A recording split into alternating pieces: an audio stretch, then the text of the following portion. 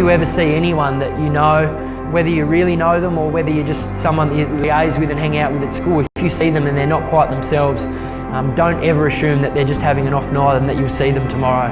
I think it's so important to think that what is bugging them at that time could well be something that could be life-threatening, and it doesn't hurt to just say, look, is everything all right? I'm here if you want to have a chat or get it off your chest to me.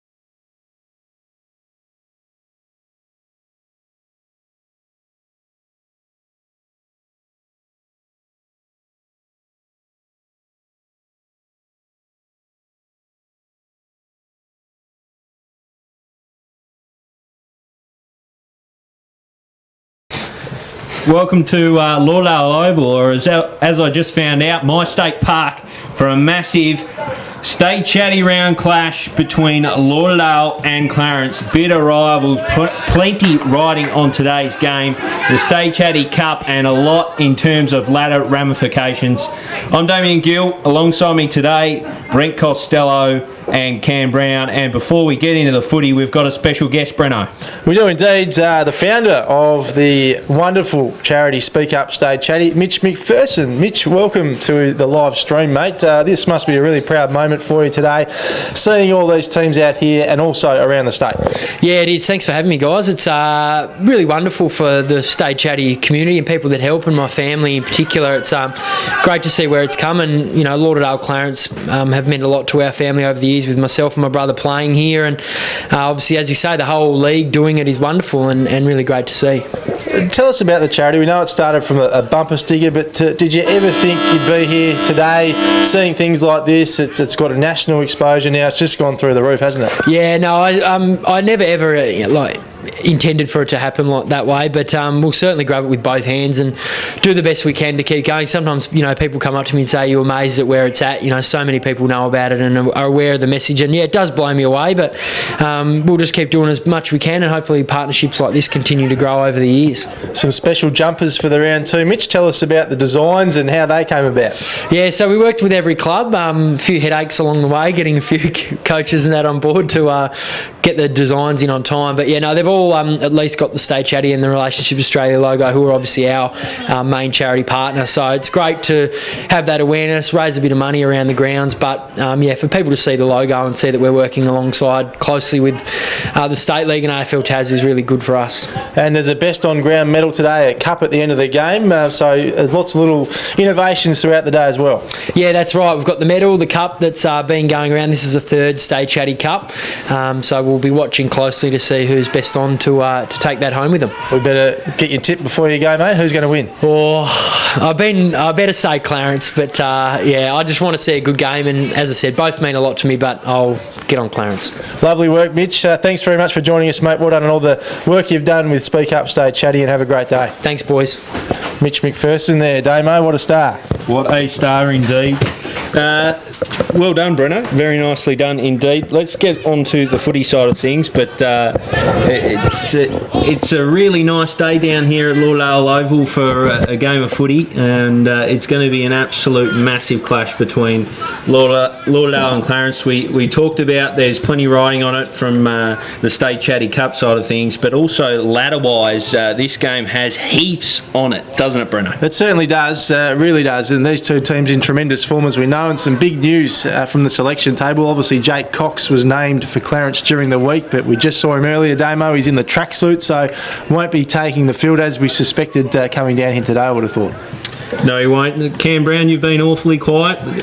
How are you, mate? I'm going well, boys. Good afternoon, Damo, and good afternoon, Brett. Really looking forward to this game, and I actually like Lauderdale today. I think it's going to be pretty tight, but like their form over the last couple of weeks, and we saw the corresponding fixture, didn't we, boys, a few weeks ago, and I think it was about round 3, so a bit of time since then and it has passed, and Clarence won that encounter. It was on the back of Jake Cox, who absolutely dominated, and so yeah, it'll be interesting to see how Lauderdale respond today, because they've been in some really good form, and I just think at home today, in a really tight one, I'm going to go with Lauderdale.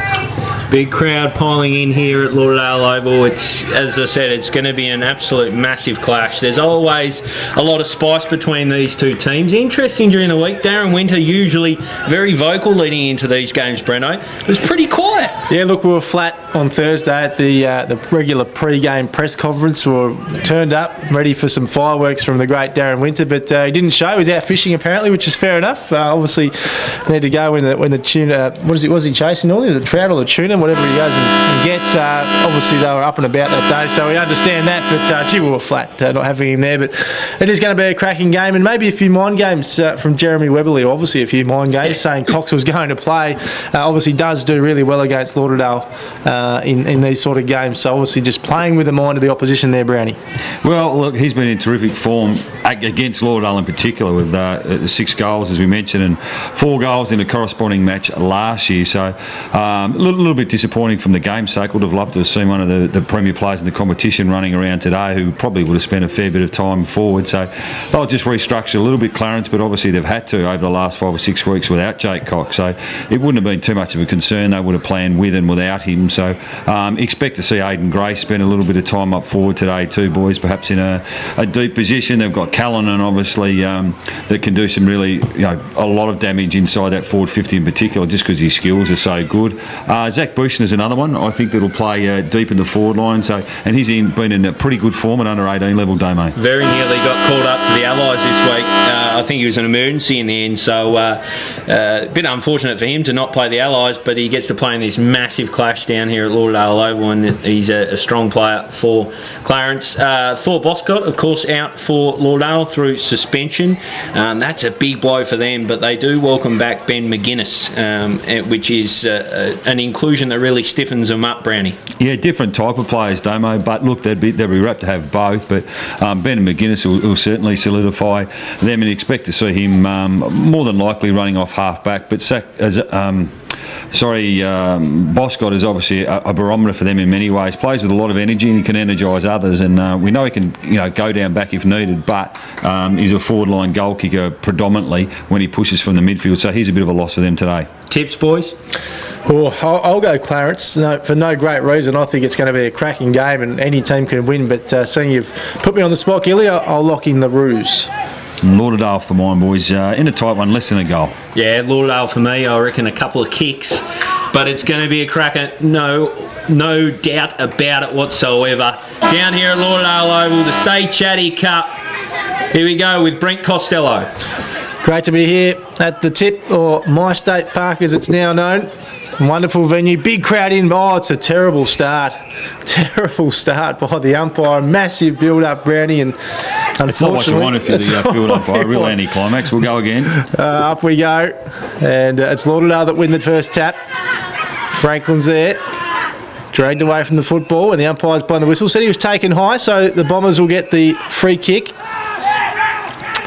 So really looking forward to this game. Set to be an absolute beauty in the Speak Up, Stay Chatty jumpers, of course. Ball goes high, not too far. Inside 50 though for the Bombers. Mark couldn't be taken. Ball spills to ground and wrapped up. So we'll have a ball up just inside Lauderdale's attacking 50. Nat Franklin with the first kick from the centre bounce there. Brent, he's been in terrific form. Very unlucky probably to not play for the state in the Neefle game a couple of weeks ago. Up it goes, pack forms. We'll see plenty of this throughout the afternoon. Try and just scrimmage it clear, and again, back for a ball up. So I think it's going to be tight and tense in the clinches today, boys. Two strong contested teams. Brady Jones in finding a nice patch of form as well, and we've talked about Nat Franklin as the ball goes up. Hayden Smith with some acrobatics, and that'll see Sammy Siggins with a free kick.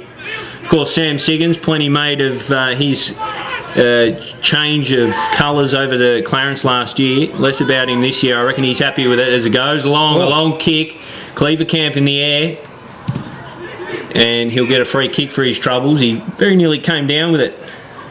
I think Jared Harper, was it, with the fly, perhaps? Yeah, I think it might have been Harper late in the back of McGuinness. So McGuinness's kick. He'll look long down the line. Josh McGuinness. A pack forms again. Plenty of flyers fisted down from Bailey. Jones can't quite grab it. It's Bellchambers who tries to just muscle it forward, and again, tackles everywhere. They somehow come out with a Brycey Walsh on the boot. A long high one. It's almost gathered by Smith. The runners are Clarence's, and they'll scurry it clear. Bouncing ball into the pocket. Hands through Holmes, and it's Fife who gathers it, but there's a free kick, and unsurprisingly there's a bit of spice in this one early, boys. As predicted, we love to see these two teams go at it, hate each other's guts, as we know. I think we'll be in for some spot fires right across the ground as the day progresses. So it's the Roos now from the back pocket. Long kick. Hugging the boundary. Pack forms. Oh, big fly from Hill. Couldn't take the grab. Ball still in the hands of the Bombers. Goes towards their 50 again. Inside now. But the ball switches, and now the Roos bring it out of defence. A big booming kick up towards the empty forward line. Plenty of runners there though. McGuinness is there for the Bombers. Picked up now by Clarence. Blackburn was there, but the Bombers get out of danger. Over the top. Franklin, quick hands back to McGuinness, high ball towards the boundary, might go too far, and out of bounds, boundary throw-in. Yeah, Keegan Wiley, boys, with that last inside 50 for the Roos. He's been in pretty good form. We saw him a couple of weeks ago against North Lonnie, Damo, and he's really solidified his place in the back half and looks really composed and assured down there. Yeah, he's really taken to it. Thrown a little bit in the deep end this year in a key post, and he's risen to the occasion. It's a shallow throw and a low throw. It's down off hands from Siggins. He gets a handball out, looking for an ally there. It's Lauderdale as Bryce Walsh just comes in and wraps up, I think it's Mastrocola at the bottom of it. And it'll be a ball up right on the edge of the paint.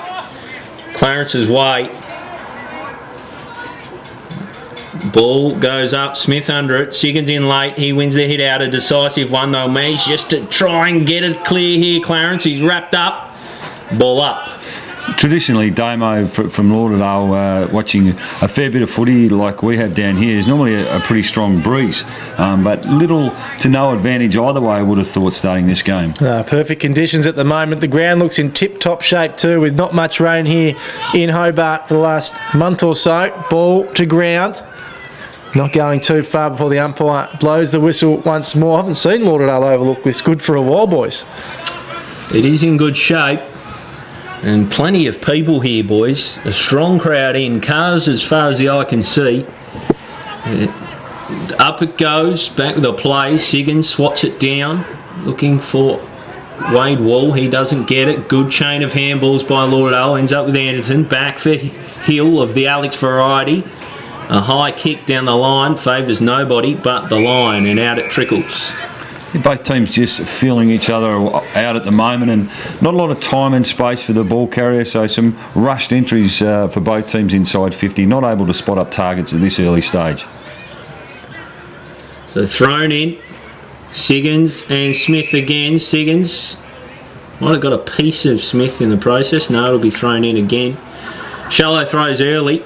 I know a favourite of ours, Bev, is on this game. I hope it's not him on that side tossing them in, because they're not up to standard as it comes high. Siggins with a little one, but it's straight to McManus. He scurries out a kick, and it's not a bad kick at all. He finds Ray Hill. Ray Hill looks out onto the left. Finds McManus again with a shimmy and a shake. He goes inside. A kick inside 50.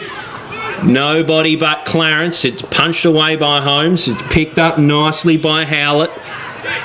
But they've run themselves into a spot of bother here, Clarence. Or they might just have enough to get out of it. Howlett again runs onto an errant kick and finds Siggins on defensive 50. Very nearly gave Lauderdale a goal there, fellas, but good enough to get out of it. Siggins long and high. Numbers again form. It's punched away by Ma. The boundary line awaits. They might just keep it alive, Clarence. They do. Hanslow with hands and out of play. Thoughts so far, Brandy? Obviously, no score on the board at this early stage. We're expecting a high-scoring game between these two teams? Normally both teams are pretty slick and can certainly score on the offensive side of the game. So, yeah, a little bit of a surprise to me at this early stage. But both teams filling each other out. Like the work of Sam Siggins already, boys. He's such a beautiful kick of the footy when he gets an opportunity. Ball back in. Doesn't go too far, though, before the umpire again blows the whistle. We're seeing a fair bit of this, aren't we, boys? A lot of packs, a lot of numbers around the ball. Real contested sort of game. Up it goes again. Lauderdale win the tap down. Here's Callanan. Silky smooth mover, of course. Former Adelaide Crow. Ends up back with Lauderdale, though. They drive it forward. Good, strong mark. Taken out in the lead. Not much presenting at the moment for the Bombers. They drive it forward. Right on 50. No one could take the mark. Tapped down cleverly, but straight to Clarence, unfortunately for the Bombers. They swing it back around. Mark taken on the far side of the ground. Played on quickly. Still with the Bombers. That's Havea. Dodges and weaves, but dragged down with the footy and holding the ball. So Clarence, good pressure there from the Roos. They play on quickly, go short. Straight in the guts here at Lauderdale Oval, and a big tackle. Here's O'Brien, got the kick away, but not too far. And now it's Chambers. He drives it towards 50. Grace is there, who made headlines this week. Aiden Grace manages to keep the ball in. He doesn't. And another boundary throw in. What'd you make of that during the week, Brownie? Aiden Grace was criticised by the Tigers coach, Aaron Vince, for potentially staging for free kicks. So, made some headlines during the week with those comments after the big game at the Twin Ovals last Saturday afternoon. Well, it infuriates fans and coaches, doesn't it, the staging? And in fairness, we didn't see it, so we've got to take it on face value. I know Jeremy Webb certainly stuck up for his player, which is good. So Lauderdale now push it forward once more. Oh, big strong mark by Fisher, almost. But the Bombers go again. No one can quite hit the scoreboard at this stage. It's being pushed to the far side of the ground. Play switches. And again, not a lot on offer for the Bombers inside 50. So they switch it again. That's Scott Hill now, right in front of us here. They don't do us any favours, do they, with the three hills as it comes long down the line. Pack forms again. Wade Wall, I think. No, it was Bailey. Gets a handball to Jones and down the line, a quick kick. Alex Hill all over it like a cheap super. He runs into trouble. Speedy standing all over him.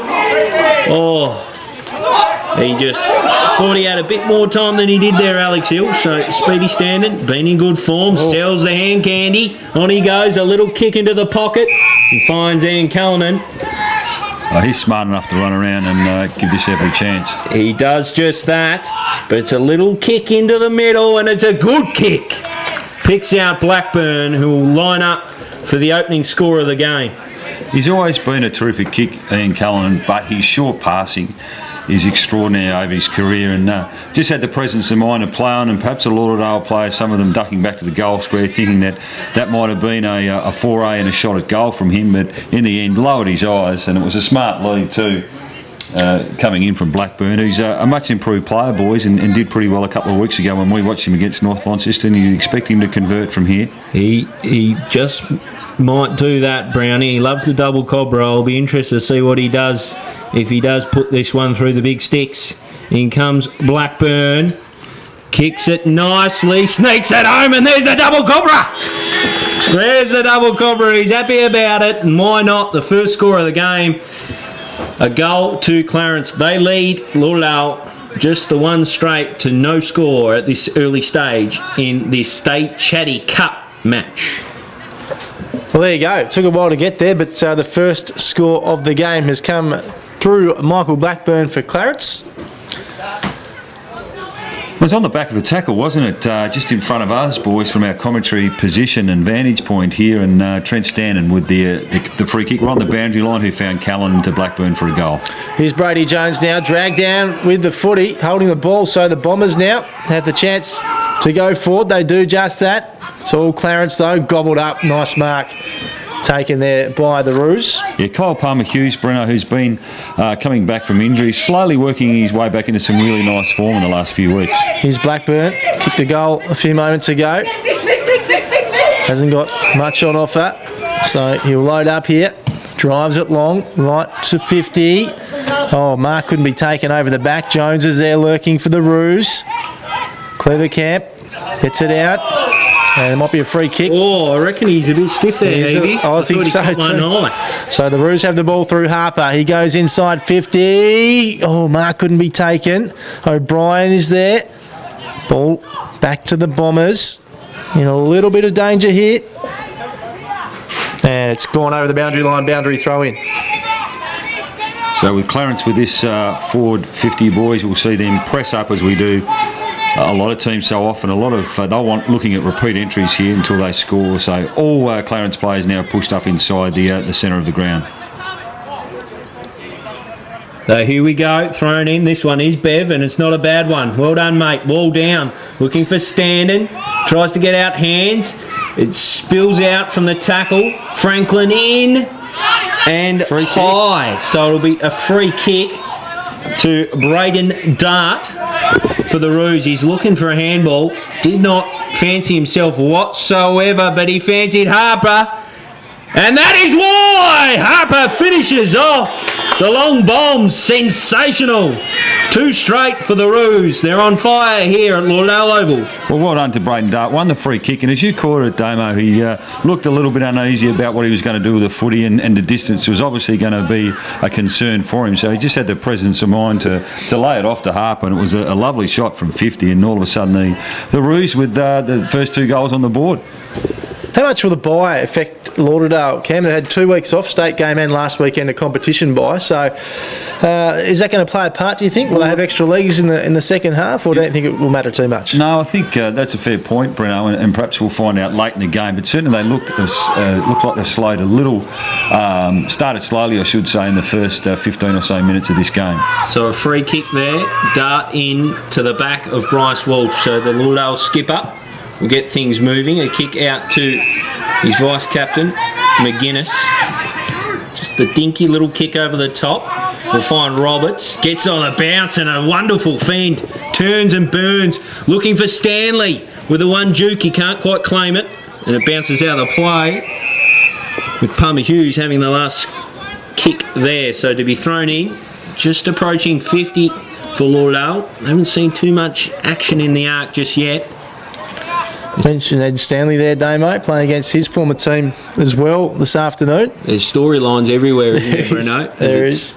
Tossed in, Havea, not a convincing hit out. O'Brien off his boot, bounces away from Blackburn. Cleaver Camp, his hands are an errant, and it goes long, looking for Siggins. He's at the races, Sammy Siggins. He'll pick up and stroll towards goal. He's got enough time for a cup of tea, puts it through, and it's another one for Clarence. They're on song here at Lauderdale Oval.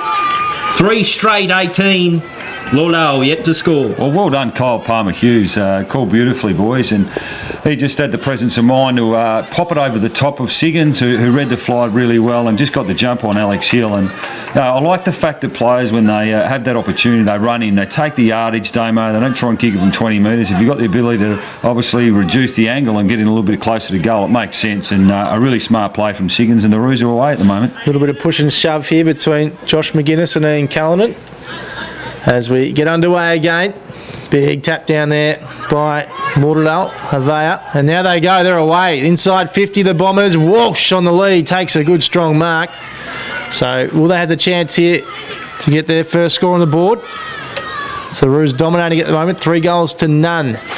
So it looks like Walsh now will go back and have a shot. Tough angle, right in front of the pocket of supporters over there, in front of the Lauderdale club rooms. Bryce Walsh, who featured in the state game a couple of weeks ago for the map. He lines up, whirls around, gets in trouble though, but manages to do well.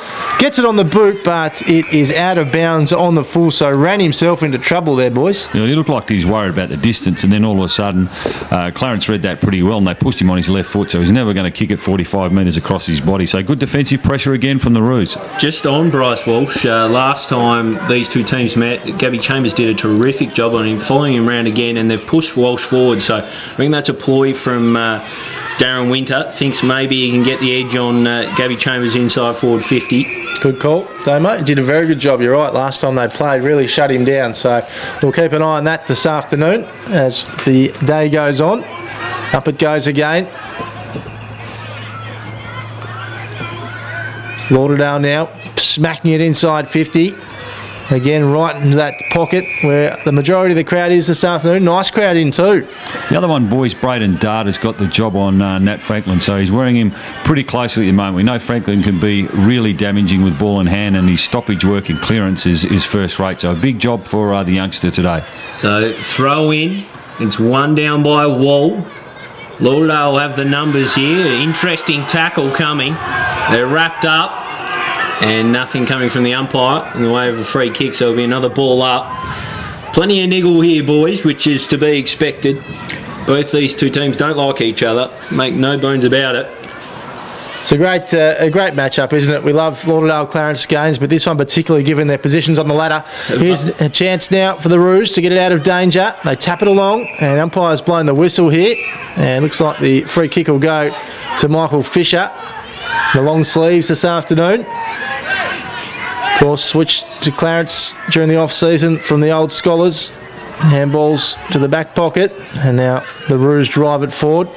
Nice mark taken. The young Holmes. He's been a revelation for them. He nudges this one inside, looking for Chambers.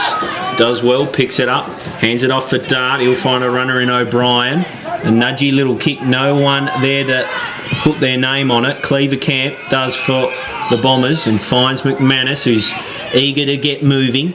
Puts this one out to the other wing, asks a bit of Heavey. Heavey can't gather. Hands out, Fisher on the ball now. Gets round one, evades Heavey. A kick inside 50. Lauderdale should mark through Wish Wilson, and they do.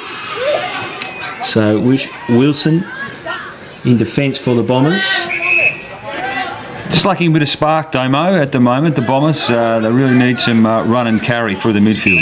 Sutton tries his best to create a bit of spark with going for a hanger, but nothing coming there. So a free kick, and it will go the way of Palmer-Hughes for the Roos. He's got not a lot on offering. He goes short, finds Bushner. It's a kick inside 50. All Lauderdale again. Bell Chambers with a fist down, but it falls to Jones, and on the outside of his right, he just might. He does! 4 on the bounce for the Roos here at Lauderdale Oval, and it has not started well for the hosts at all. Clarence in control of this State Chatty Cup. There's the Roos again, and Cole Palmer-Hughes with a neat little pass to Brennan, who obviously launched one inside 50, and it was a really smart goal, wasn't it, from Brady Jones? Almost caught on the wrong side of his body, so rather than use the left, an inside-out banana, which straightened up, and all of a sudden now the Roos have skipped out to a really handy lead. So some concerns for Lauderdale, even though it's early days in this first quarter. 4 straight to no score, so it is all one-way traffic here at Lauderdale Oval. Here's Jackson O'Brien. Here they go again, the Roos. Under a little bit of pressure, but does well, O'Brien. Gets the handball away to Siggins, who's caught up with the footy. And he's been paid holding the ball. Advantage paid to Callan, and he goes on the left. It's a good-looking kick. It's another goal to the Roos. They're on fire here at Lauderdale Oval.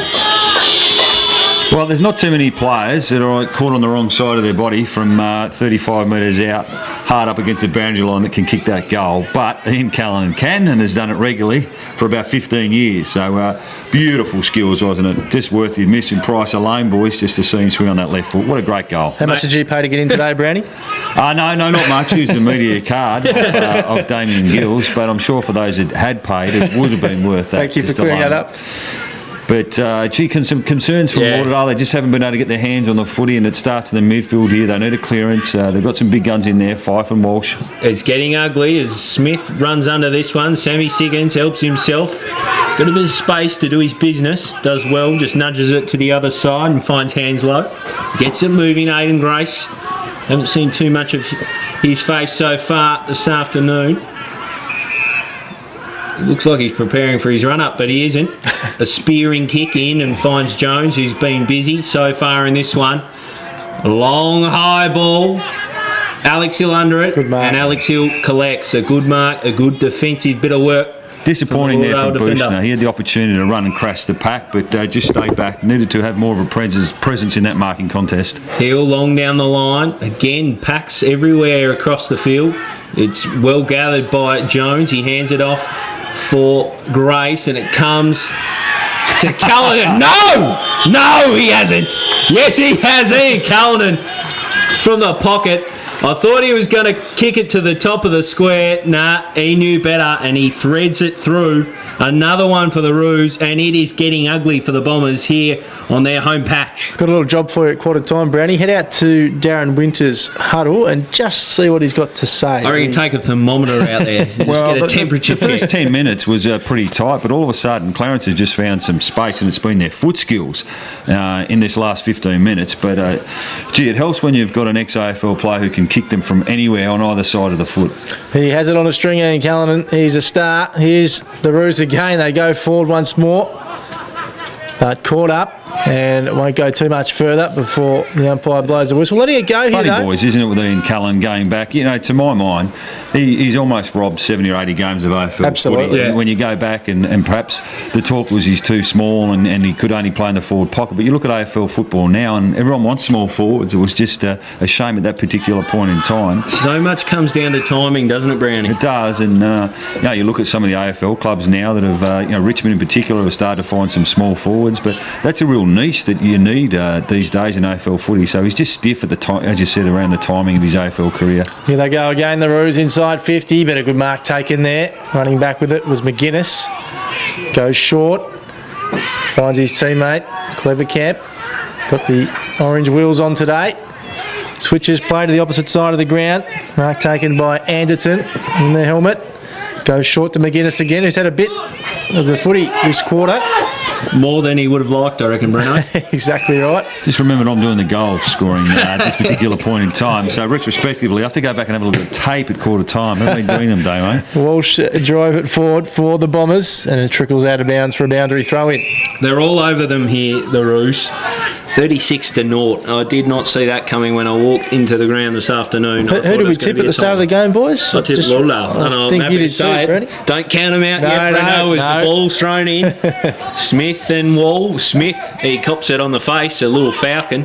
Tries to collect his work.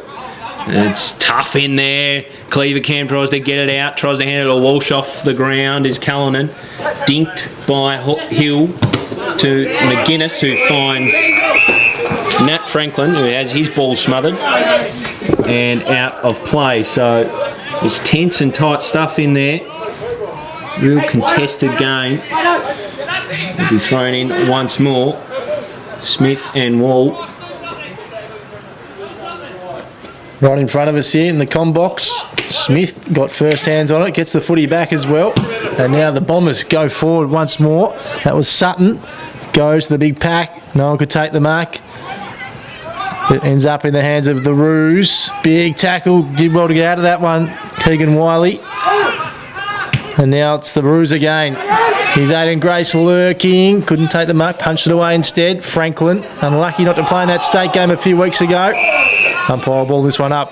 He's lucky to get away with holding the ball there. Went to fend and was caught in all sorts. Will be thrown up here by umpire Mark Tuckett. Up it goes, won by Wall, straight down to Chambers, who's falling around Bryce Walsh this afternoon. And Walsh, who tackles him high, says umpire Mark Tuckett. So it'll be Chambers' ball. He's loving the niggle early in this game, Chambers. He's got the switch on, and that's where he heads out for Keegan Wiley. Just shakes off Ma there, but he's got himself into a spot of bother. Good enough to get it on the boot. Out to the far side looking for Hanslow. They all run out of tarmac, and then it comes once more Brent Costello. Yeah, well, a little bit not dumbfounded, but just surprised about Clarence's dominance on this game. 36 plays nothing as we approach quarter time. Balls with the Bombers. And again, hugging the boundary. Still alive though. And ends up with the Roos, I think, now. Long way over there to see, boys, without your binoculars. It's a interesting call this afternoon. Do stick with us. There might be a few errors throughout the afternoon, but... different jumpers, different location. Different jumpers, new location. We've got a mic set up like we're an a cappella group, so it's all very, very different for us. A real cosy setup in the box here. Very, very cosy. It'll be thrown in despite cries for free kick right there, hugging the boundary. Approaching Clarence's forward 50, and that's where all the action's been so far in this first term. So it'll be thrown in. I think Sammy Siggins has been terrific so far. We'll have a chat about that in a moment as the ball comes in over the heads of both Ruckman. Stolen by Holmes. He tries to hand it off. Finds a Lauderdale player unintentionally. Hanslow gets it out. And the siren sounds and draws a close to a dominant first quarter. Watch this. Here they go. A dominant first quarter by the Clarence Roos. They are all over Lauderdale here at Lauderdale Oval. Oh, I thought we might have seen some or My State Park, whatever we call it. It has belonged to Clarence so far. 36-0 here at the close of the first quarter. What do we make of it, fellas? Yeah, look, didn't see it coming at all.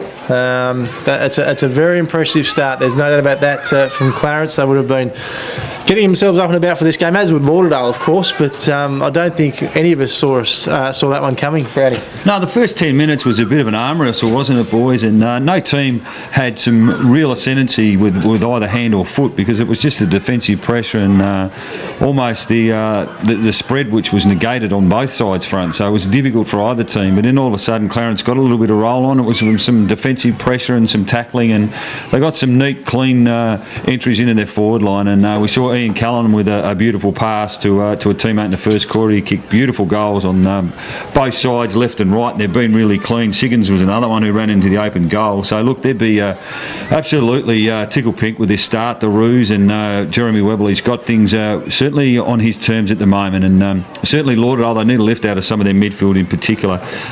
We know McManus has been in pretty good form, boys. He started well. I thought he drifted out of it late in that last quarter, but they need Fife to get his hands on the footy. They need some run and carry from Bell Chambers. Walsh is going to have his work cut out again by the look of it today. So perhaps, as you mentioned, Damo, they do spend time a little bit more with him forward. I thought Franklin was pretty well held, and Wiggins non-existent. There was limited inside 50 entries for Lauderdale in the last 15 minutes. It's been all Clarence.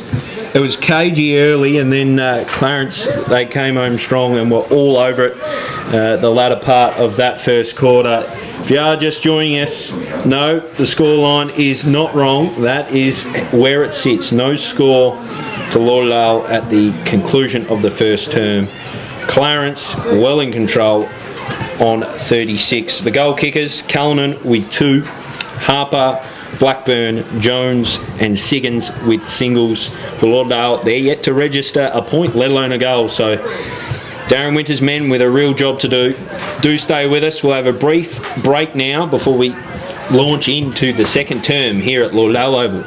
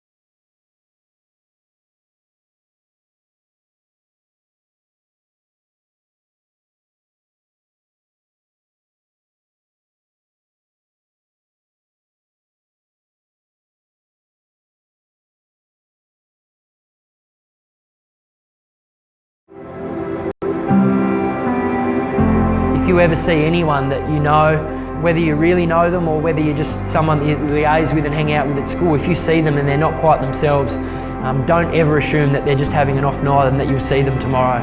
I think it's so important to think that what is bugging them at that time could well be something that could be life-threatening, and it doesn't hurt to just say, look, is everything all right? I'm here if you want to have a chat or get it off your chest to me.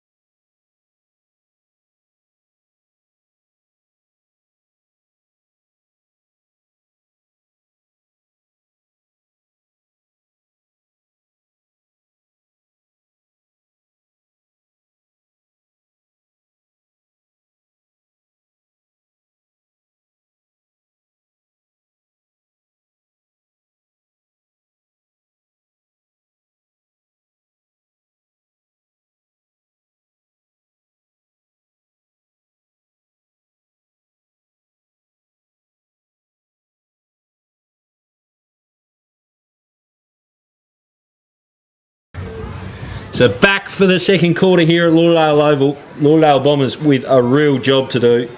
Backs against the wall early in this one with Clarence on song.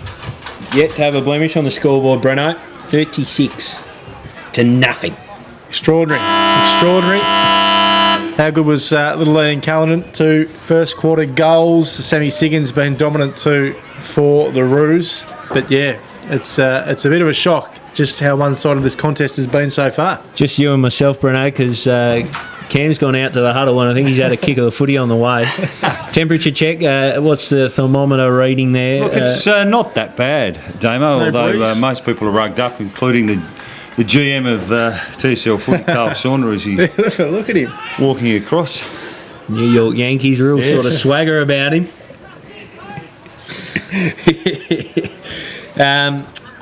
So, Darren Winter, did you get down the huddle at all there, Brownie? What were the key messages? A bit hard these days, Damo, to get pretty close to the huddle. They both teams obviously went into their groups at quarter time, into their different lines and line coaches that spoke to them. But I'm sure the message would have been pretty strong and direct from Darren Winter to his Chargers. They've just got to get their hands on the footy. They haven't been able to get any run and carry whatsoever. Their midfield's been beaten really, really badly, and their backline has also been cut up a little bit with the amount of space that some of the Clarence forwards have been able to have. And Sammy Siggins, for me, is one that's come back to haunt them because he's been like an extra midfielder in there. He kicks the ball so well, Damo, doesn't he? And he's athletic, he's mobile, pretty strong in the air, and kicks it so very well. So he's been terrific in the first quarter. Probably got him going when it's got to be said. So, start of the second term, and up it goes. Smith with a hit out. He'll have a second look at it. Him v Siggins. It's taken out from McGuinness, who started in the middle at the centre bounce. Kick forward by Bryce Walsh. It's met by Fisher. He battles with Tute Havea, who comes out with it and hands it off. It's Roberts on the outside of the boot. And it's a perfect start to the second term for the Lauderdale Bombers. Well, it's just the start they wanted, and if Darren Winter had scripted that and his choice, that would have been it. So just Michael Fisher there, just lost his feet. Cardinal sin in the back half, and unfortunately when he did lose his feet, the ball spilled free. So great start for Lauderdale in the second quarter. Bit going on now between Bryce Walsh and Gabby Chambers as well. Bit to say to each other. We know that's a key matchup this afternoon. Very interesting to see McGuinness in at the centre bounce. Looks like he might be following around O'Brien. We'll just watch that one closely as the ball comes up from Mark Tuckett. It's Smith who gets a better piece of this one, but O'Brien onto it, just soccers forward. No one can take clean possession until it's met by McManus, who sends a long ball forward to the forward 50. Can't be gathered by Heavey. McManus again, a ball looking for Wiggins. Bounces off his chest. Fisher can't gather. Havea with hands over the top, and it'll be Roberts again, and he'll help himself to a second. 2 in a row for Lauderdale Bombers. Wow. And they're They're back in a flash here, boys. Huge. That's exactly what they were after. They could not have a better start than that, Cam Brown. So, well done to Jordan Roberts. 2 goals in as many minutes, and that really cuts it right back, doesn't it? He's an interesting type, Roberts, isn't he? And plays that bullocking role for them. And it's a different forward line, as we know. Nick Dodge no longer in this lineup. Cassidy now playing in the SFL, so they've had to find some players and manufacture, I guess, a different looking forward line. But terrific start for them in the second quarter. Damo, you've got some scores. Just around the grounds, Devonport all over Burnie, 11-6-72 to 6-3-39. And over at North Hobart Oval, very tight, just the one straight to Hobart City Demons, 6-139. So a real arm wrestle at North Hobart Oval. Very good. Back here at My State Park. I'm not running well. There's the tip. Up it goes. Here we go again. Here's the Bombers again. Joshy McGuinness dances around a player. Heavey back to McGuinness. McGuinness coming through. Roberts again who kicked those 2 goals. He goes for a third. It's off to the left though. Minus score. So they've lifted here, the Bombers. There's no doubt about that. Do you have an opportunity, McGuinness? I thought he would have even set sail himself from inside 50 there, but unselfish and gave the handball away. But in the end, just a difficult kick for Roberts across his body. McManus across with a big fist to ensure it stays inside their 50. He's lifted here early in the second term as well, Robbie McManus. Whatever Darren Winter said, has certainly worked at quarter time. Incidentally, boys, that behind the first for the game as it comes in. Straight to Siggins, all on his own, gets it down. Fife has it for a moment, loses it. Pack forms, they're on hands and knees. Deep in Lauderdale's forward line and spills out off Roberts and will be thrown in. Well, they're certainly lifted here. There's no doubt about that. The Clarence defence under siege here just for the moment. And every player in the forward half of the ground for the Bombers. Big punch away. Chance now again for Lauderdale. Coming through his Hill, but the ball wrapped up and holding the ball. So free kick going here to the Bombers. And a chance to get their 3rd goal in 3 or 4 minutes and get them right back into this game. Dylan Fife, is it? Yeah, you called for him to lift, Brownie. And look, he's a very smart player. And for someone that's small in stature, he certainly gets in and under and tackles hard. Doesn't matter the size of his opponent. And he's a neat left foot kick, so you'd expect him to kick this one. All of a sudden, Lauderdale, what a great response, Bruno. It could be 3 goals in the first 3 or 4 minutes to start this second quarter. He's been a revelation, Fife. There's no doubt about that. Played the state game for Tasmania, now lining up to get his team back in this match. Dylan Fife splits the middle, and Lauderdale are back. 4 goals. Yeah, it's interesting, Damo, because we know 3 goals, I think, isn't it, for Lauderdale? Yeah, maths not your strong point. We've just got an insight as to why you went into journalism, I think, Breno. Sorry about that. And, if you go back 15 or 20 minutes ago, Damo, Brent was sledging about our tip, which was interesting in itself so early on to make that comment. So now we've got a really interesting side game with our tips at the moment. But it's not about that because Lauderdale within 3 goals. Up it goes, one by Wall for Clarence, their first real look forward, but it's Fife who gets involved with hands it off to McGuinness, a long bomb. Holmes does well. Good mark. Like Holmes as a player, boys. He's been a real revelation in that back half. He's a gutsy little nuggety type as it goes long down the line, and it's Standen who can't gather. Still there for Clarence if they can get numbers around it, but it's Fife who extracts it. Goes for Bill Chambers.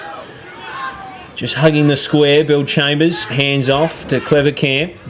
Through traffic, finds Fife who's running hot after his goal. Just a little one over the top, finds Stanley. Stanley will go back and they'll look to switch this up, I think, the Bombers. Kick down the line. It's McManus who's picked this one up. McManus has come out this second term with a lot of purpose. He looks inside looking for Havea. He's probably pushed as he gets it. No free though. Handed off to McGuinness. Bell Chambers under the pump. Manages to find Franklin who finds a bit of rare space and out for Sutton. Sutton on the wing. Just down the line looking for McGuinness of the Ben variety. He runs over it and Cullinan helps himself. A little kick over the top. And it's Bushner. Bushner into the middle. Bell Chambers comes across, gets hands on it and comes out with a footy. Kicks down the line and yet again Holmes is there to collect in ahead of Roberts. A little kick. A short one is good and finds Palmer Hughes. He's a very composed player, Holmes. Doesn't make too many mistakes and reads it. His intercept marking in particular is a feature of his game. So Sutton takes it from traffic, hands it off for Ben McGuinness. He'll look to get the return. He does. A kick inside 50, looking for Wiggins. Misses him. It's not dealt with by Bailey. They might get it out now through Mastrocola. High up, it's down from Siggins. A nudging little ball doesn't work for Clarence as Bell Chambers takes it again. A booming boot, long and high. Asking questions of that Clarence defence. They're up to the task as Wiley skips away. He'll find Grace inside defensive 50. Grace pushes it forward to Jones, who's hugging the boundary. Gets it inside, though. Hands it off to Wiley. Wiley on that far side of the ground. Wall couldn't juggle the mark. Ends up in the hands of the Bombers again. It's Franklin.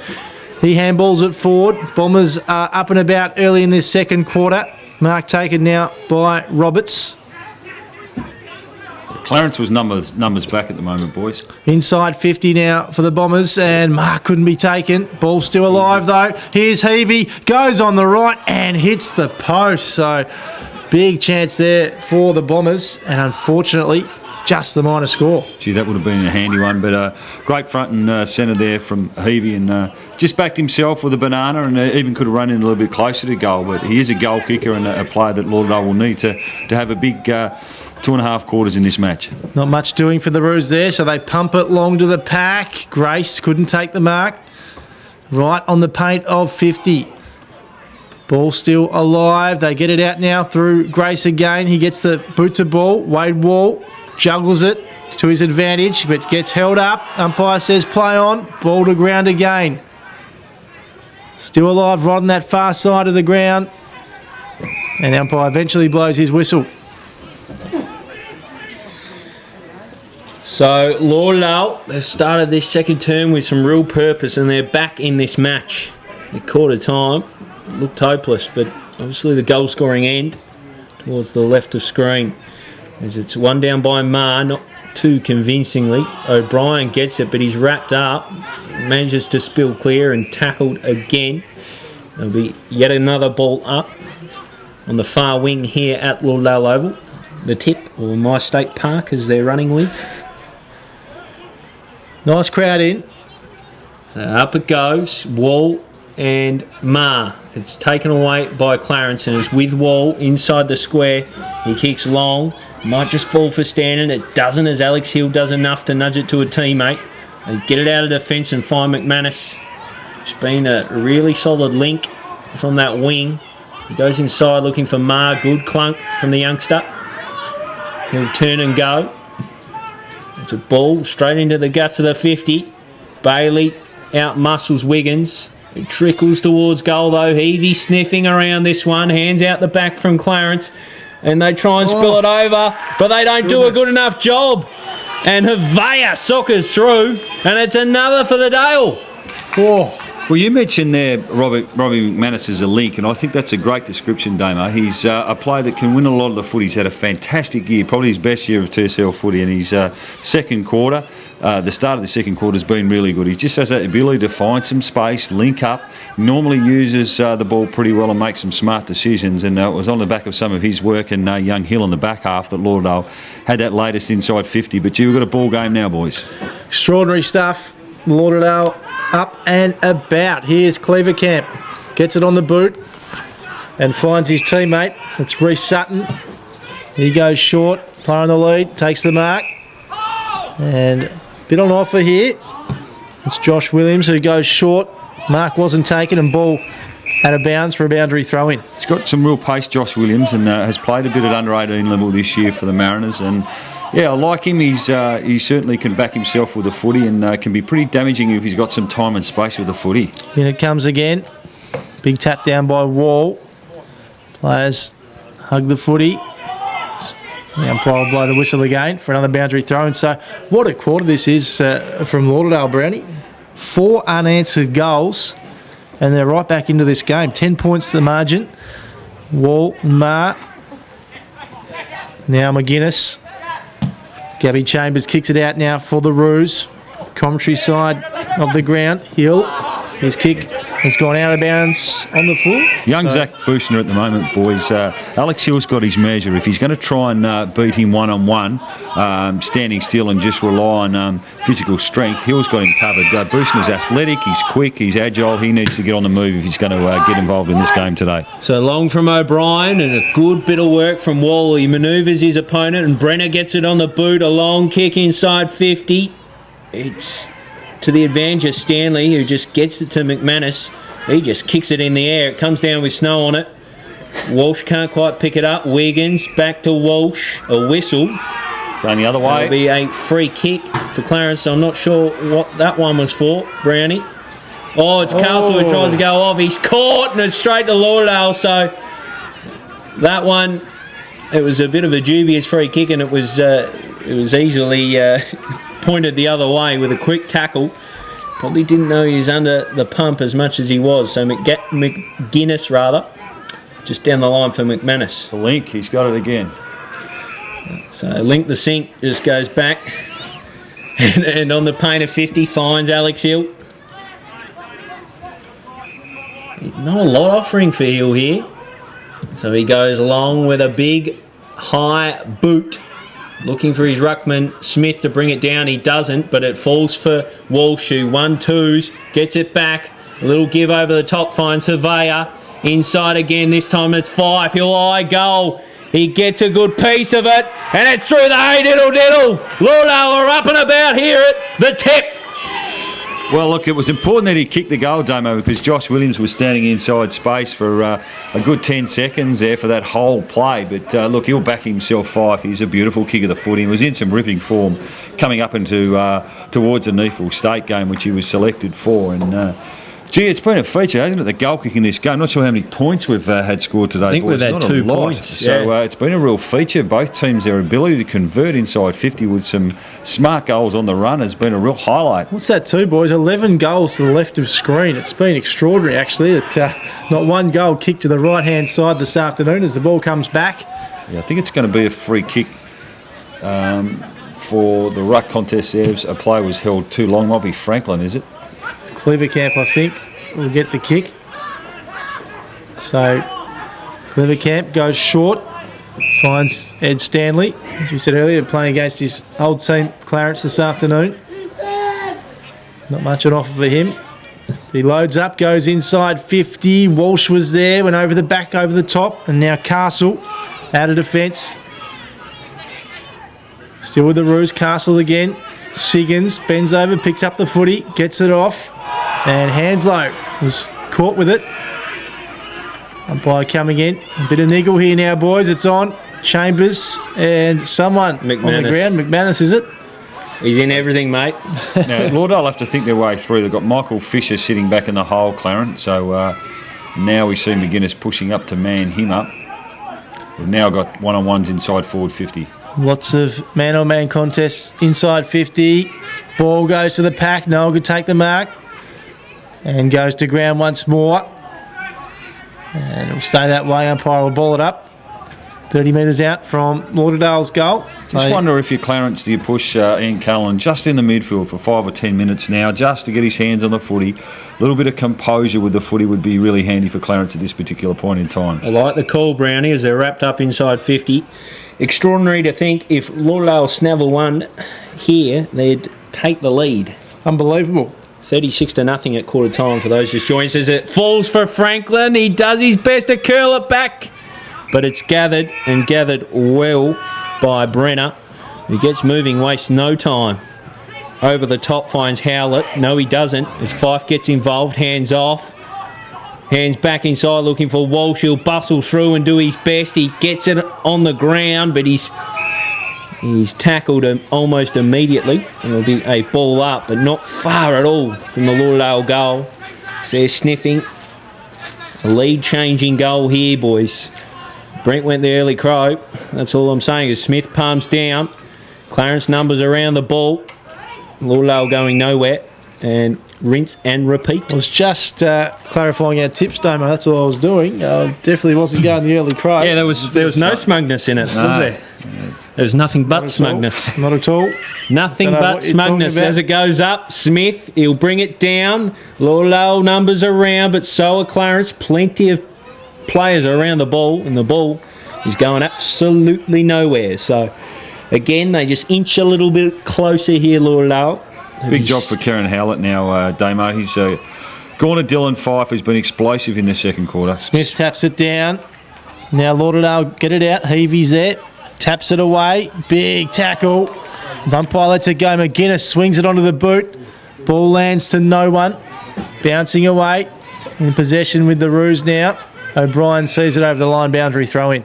Someone called O'Brien a lot, have we, boys? Free kick today? here, boys. Sorry Free to kick. interrupt. Free kick. Someone taken after. They're down on the ground. I can't quite pick out exactly who it is. Might need your binocular work there, Brownie, to pick this out. But Yeah, I could be wrong, boys, but I think it's Wiggins. Yeah, I'm pretty sure it's Wiggins. I think you're right, Brownie. so I'm Number 11 for Lauderdale. not sure what occurred, but it seemed like after the ball went out, he was collected. Not in a good way He's on either. his back at the moment. Can't quite see what's wrong with him. The trainer's hunched over him at the moment Probably and his looking for shoulder some or sort of a something. response from him. But now he's rolled over to his side. Hopefully it's just a bit of wind out of the sails and nothing serious, because they've looked a lot better with Wiggins in the side, Lauderdale. He's on his feet, that's a good sign, and he looks keen to take the kick, so He'll that's take an it. even better sign. Well, this is a big moment, isn't it? As you said, Damo, they kick this, they're in front, which is remarkable, really. They trail by 4 points. So Ryan Wiggins, free kick. I'm not exactly sure what for, but it'll be no complaints from Lauderdale if he goes and sinks this one. Ryan Wiggins, hugging the boundary. Starts his approach, kicks it nicely. It's coming and it's through! The Bombers are in front here at Lauderdale Oval. You wouldn't read about it. No, you wouldn't. Any comment, Brent? No, I was well, trying to think of a waiting clever for line, but no, I Some haven't got sort any of for it. egg to drip from your face, Bruno. But full credit to Lauderdale here, because their second quarter has been fantastic. And you just wonder now, Clarence have got to change this up a little bit, I think, in the midfield. They just haven't been able to find their hands on the footy.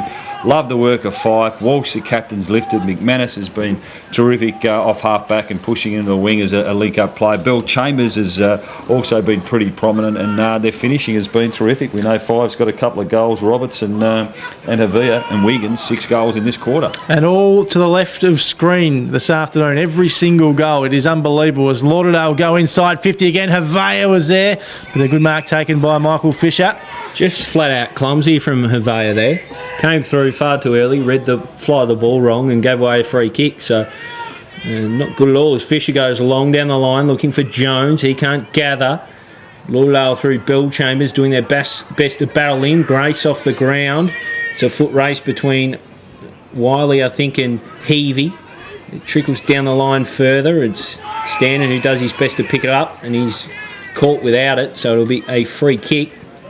Is will playing a little bit further up the No, ground. No, I will think it's going to be a throw-in, but I'd like to see Stanton. Obviously, they want to free him up at times and give him a run up on half forward and the wing, but I'd love to see him close to goal. He's so damaging. Good tap down there by Ma. And now Lauderdale again. Walsh steaming through the middle here at Lauderdale Oval. Ball lands on the chest of Hill. Hill loads right up. Big kick right on the paint of 50. And it bounces through. It's touched though. So well done from the Clarence defence. And just the minor score. So that lead now extends to 3 points. Somehow, Lauderdale back in front here. An extraordinary second quarter from the Bombers. Siggins, good mark. Great mark, Sam Siggins. He'll go back now. Bit on offer. He plays on pretty quickly. Goes long. No one could take the mark. Blackburn was there for the Roos. Oh, beautiful work here from Kyle Palmer-Hughes. He goes inside 50. A rare inside 50 for Clarence this quarter. Wall taps it down. And now Stanton off the ground, and Trent Stanton gets Clarence's first of the second quarter. A much needed one for the Roos, and they're back in the lead by 3 points. Well, that's where he's at its very best, isn't he, Trent Stanton? For so often now at this level, he's been a brilliant goal kicker, whether or not be in the air with his smart leads or his ability to turn his player inside out. But then he went up for the contest and just had the presence of mind to wait down and see the ball spill and he was the first one to pounce on. He's not going to make a mistake from 15 metres out. A good response from the Roos that came on the back of a good long kick out from Wiley, and again it was Siggins in the air who's doing a bit of damage today for the Roos. So a good response from them. In it goes again. Thrown up, Marr with a hit out, but going nowhere is O'Brien as he's wrapped up by McGuinness. And we'll rinse and repeat here, right in the centre of Lauderdale Oval. An absolute cracker unfolding. As it goes up again, Marr, not a convincing hit out. It falls to his opponent in Wall. They'll come out of it here, Clarence. It's Howlett who tries to swat it forward. Franklin gathers, but does a little too much and is caught red-handed. Cullinan wheels around on the left. Not his best kick, but I might just fall for Trent Speedy Stannon. He has a look. A kick long towards goal, and Alex Hill marks it nicely on the last line. His kick not the best, but Bell Chambers a bit of time to mop up. Goes long, finds Wish Wilson, collects off his toes and races away. A dinky kick into the centre. A good one for Roberts. He gives off for Fife and then finds Franklin. He'll go wider still and find Sutton. Sutton looks inside 50. Gets inside of Murphy Cohen and goes long. It's punched down and out of play. So not Murphy Cohen, Palmer Hughes. And it's out for a throw-in. So again, Lauderdale with that fast ball movement, linking up nicely. And they push forward into their forward 50 and look for another. So the ball to come in. Havea and Wall. Wall unconvincing with his hit out, but he got it nonetheless. It comes for Walsh. He can't find McManus. Fisher steals and finds Cullinan. They might just be on here, Clarence. Cullinan, lethal foot use, finds Standen who spins. He'll look for Grace. Grace, if he can turn and use it quickly, he'll find Blackburn who's all on his own in the square. Didn't look, turned his back. He's got Howlett in the pocket if he wants it. We want to kick the goal now, but gee, that was brilliant transition footy from the Roos. Cullinan to Stanton and Grace, who's normally a pretty reliable shot, boys. Important he kicks this one for the Roos. So here we go, that run up. We all know it's Brent Costello's favourite, the JJK comparison. We'll wait for it, and here he goes. He turns and a bit of a shake and bake. Listen to the crowd too. The crowd jeers him. He kicks it nicely, but it's fading, and it's through for a minor score. So it's really disappointing for the Roos. Player I think's much improved is Bell Chambers for Lauderdale boys. He's a powerful player. He certainly can run and carry. He's got a thick body and doesn't mind mixing it physically, but he can certainly drive the football forward for Lauderdale, and I've really liked his game today. Ball back in. Pack of players was formed, but Lauderdale win the footy out. Fife couldn't get it back. Does though. Clever Camp pushes wider. All in their hands of the Roos again, but Lauderdale managed to get it back themselves. Fife, who's been very busy, had a great second term, couple of goals, and now O'Brien whistle blows, and he was held onto, I think, and free kick going the way of Clarence. It was Bailey, I think, Bruno. Bailey. Roberts held onto him. All right, Bailey, he goes short. Finds O'Brien, back in the TSL this season, from South Australia, of course. Howlett, short kick, finds Siggins, former Lauderdale player, former Adelaide Crow. Star player Sam Siggins, been very good in this match today. Inside 50, pack forms. No one could take the mark. They have they? Free kick going to Aidan Grace by the look of it. So I'm not sure who was it with the fly over the top, but I'm not sure it's necessary either. They flew over. It must have been Bell Chambers. It was Bell Chambers, I think. He's manning the mark, but gave away a free kick, and it's just a bit careless with the game poised as it is. As we said, Damo, Aidan Grace in the headlines this week, following last weekend's match against the Tigers. And he missed this one a couple of moments ago, so he'd love to kick one here, Aidan Grace. As we wait for the run-up, the crowd gets involved again. He's directly in front this time. Loads up on the right, and that one looks a little better. It's a goal. He's happy with it. No, it was a behind for sure. Looked like I was just watching him, to be honest. It looked like he was pretty happy with it. He tried to coach that one home, I think, but no, just wide to the right. I've got some scores from around the grounds. This one, from the Independent Schools Grand Final, St Patrick's.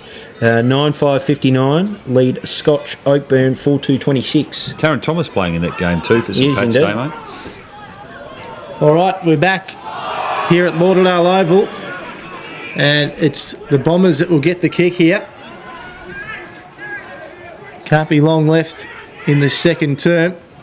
They go short. Oh, intercepted beautifully by the Roos, and they could be on here. Well done by the Bombers. They managed to hold it up. Roos throw it onto the boot. High ball. Lots of players underneath it. Punched away.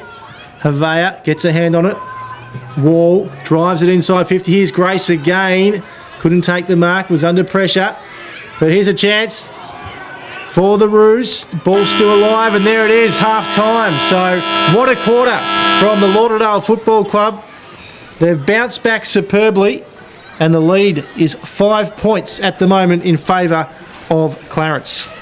Stay Chatty Cup is walking the gate today, and this is exactly what you hope for, boys. A really good contest between two fierce rivals. The first quarter, no doubt, belonged to Clarence. That second quarter there belonged to Lauderdale, but Clarence did well to fight back late in that quarter and regain the lead. Yeah, the last 5 or 10 minutes from the Roos, they just steadied, which is really important for them because Lauderdale with 6 unanswered goals, which was a great response after Clarence kicked the first 6 goals of the first quarter. So interesting, similar in many ways, both quarters. But the Clarence just to get on the board there late with a goal to stand, and they'll be buoyed by that a little bit.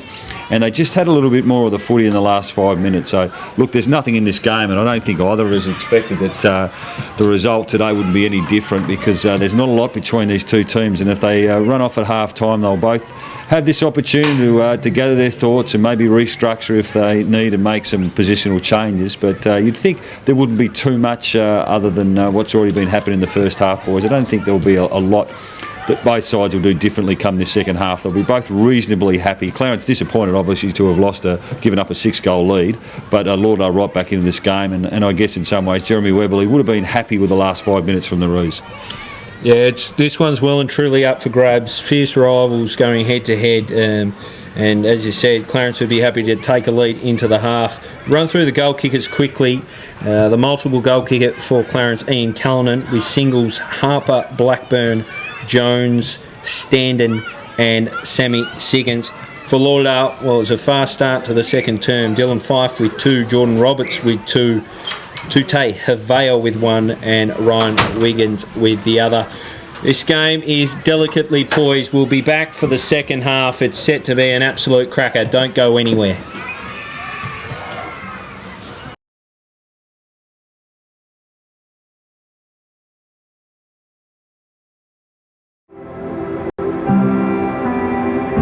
If you ever see anyone that you know, whether you really know them or whether you're just someone that you liaise with and hang out with at school, if you see them and they're not quite themselves, don't ever assume that they're just having an off night and that you'll see them tomorrow.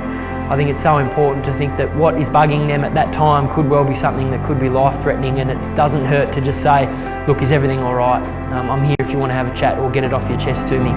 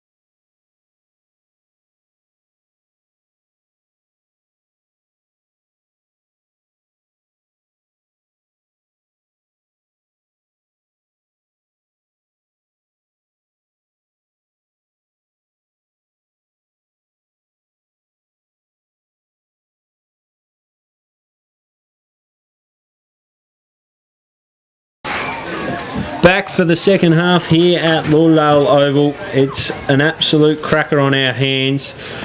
Lauderdale 39, Clarence 44, just a few points in it, and it's set for what should be an absolute massive second half. Brent Costello, what do we expect? Yeah, look, it's hard to say, Damo. It's been a game of two quarters so far. Obviously, Clarence dominated the first and Lauderdale dominated the second. So it's amazing we've seen every goal bar one to the left-hand side of the screen.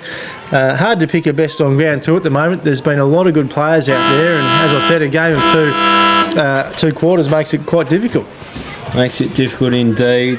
Clarence, I think their jobs so far have worked pretty well on Bryce Walsh and Nat Franklin. Franklin got a little bit more of it in that second term, but those jobs are working, but they're just going to have to monitor Dylan Fife, who got right into the game in that second quarter. Yeah, he kicked a couple of goals, didn't he? So he definitely lifted it. The whole team did, didn't they? They came out after quarter time, and we're not sure what Windy's message was, but it definitely worked whatever happened, because they stunned the Roos. It was all one-way traffic in that first quarter, but an amazing turnaround in form. Now, if the trend continues, we'd expect Clarence to be fairly dominant in this term, and if all the goals are going to go to the left-hand side of screen, you'd expect they're going to have to make the most of their dominance in this quarter. I'm not sure why it's happening, though. We were just out there on the ground, and the wind is not substantial, and it doesn't seem to be influencing too much, but that's the way things are going, Brenner. Normally seems to happen down here, doesn't it? There's one scoring end. But yeah, you're right. Went down there and hardly a breath of wind, so there's something very strange going on out there. We go around the grounds, Damo. Some interesting results. Looks like Devonport's going to chalk up their first win up on the northwest coast in the derby. They'd love to get their first win against the Dockers too, wouldn't they? Oh, absolutely. Their first win. They've been looking better by the week, I think, Devonport. Large patches in games against good opposition. They've held their own, so it doesn't surprise me. But yeah, it looks like they got a 34-point lead at this stage of the game, 14-10, 94 to 9-6-60. So you'd expect they round that one out, and over the river from where we are here, Hobart City Demons with a 17-point lead. Low scoring affair too, has to be said. Yeah, it looks like it's just the start of the third there. So, very fascinating. This game is the one everyone's interested in, though. It's the Speak Up, Stay Chatty Cup. It's the marquee fixture of the round. And we were a bit flat, weren't we? When we got here and we saw 6 goals to none in the opening quarter, we thought, oh, here we go. But, I'm not sure about that. You were quick to crow, and I just said, hold your horses on Lauderdale. They're an interesting team. They can get themselves together and kick goals quickly. And what did they do, Breno? Just made you look like a goose. Just hang on. As I said, I just clarified our tips. I just couldn't quite remember if you blokes had the same tip as me, so that's all.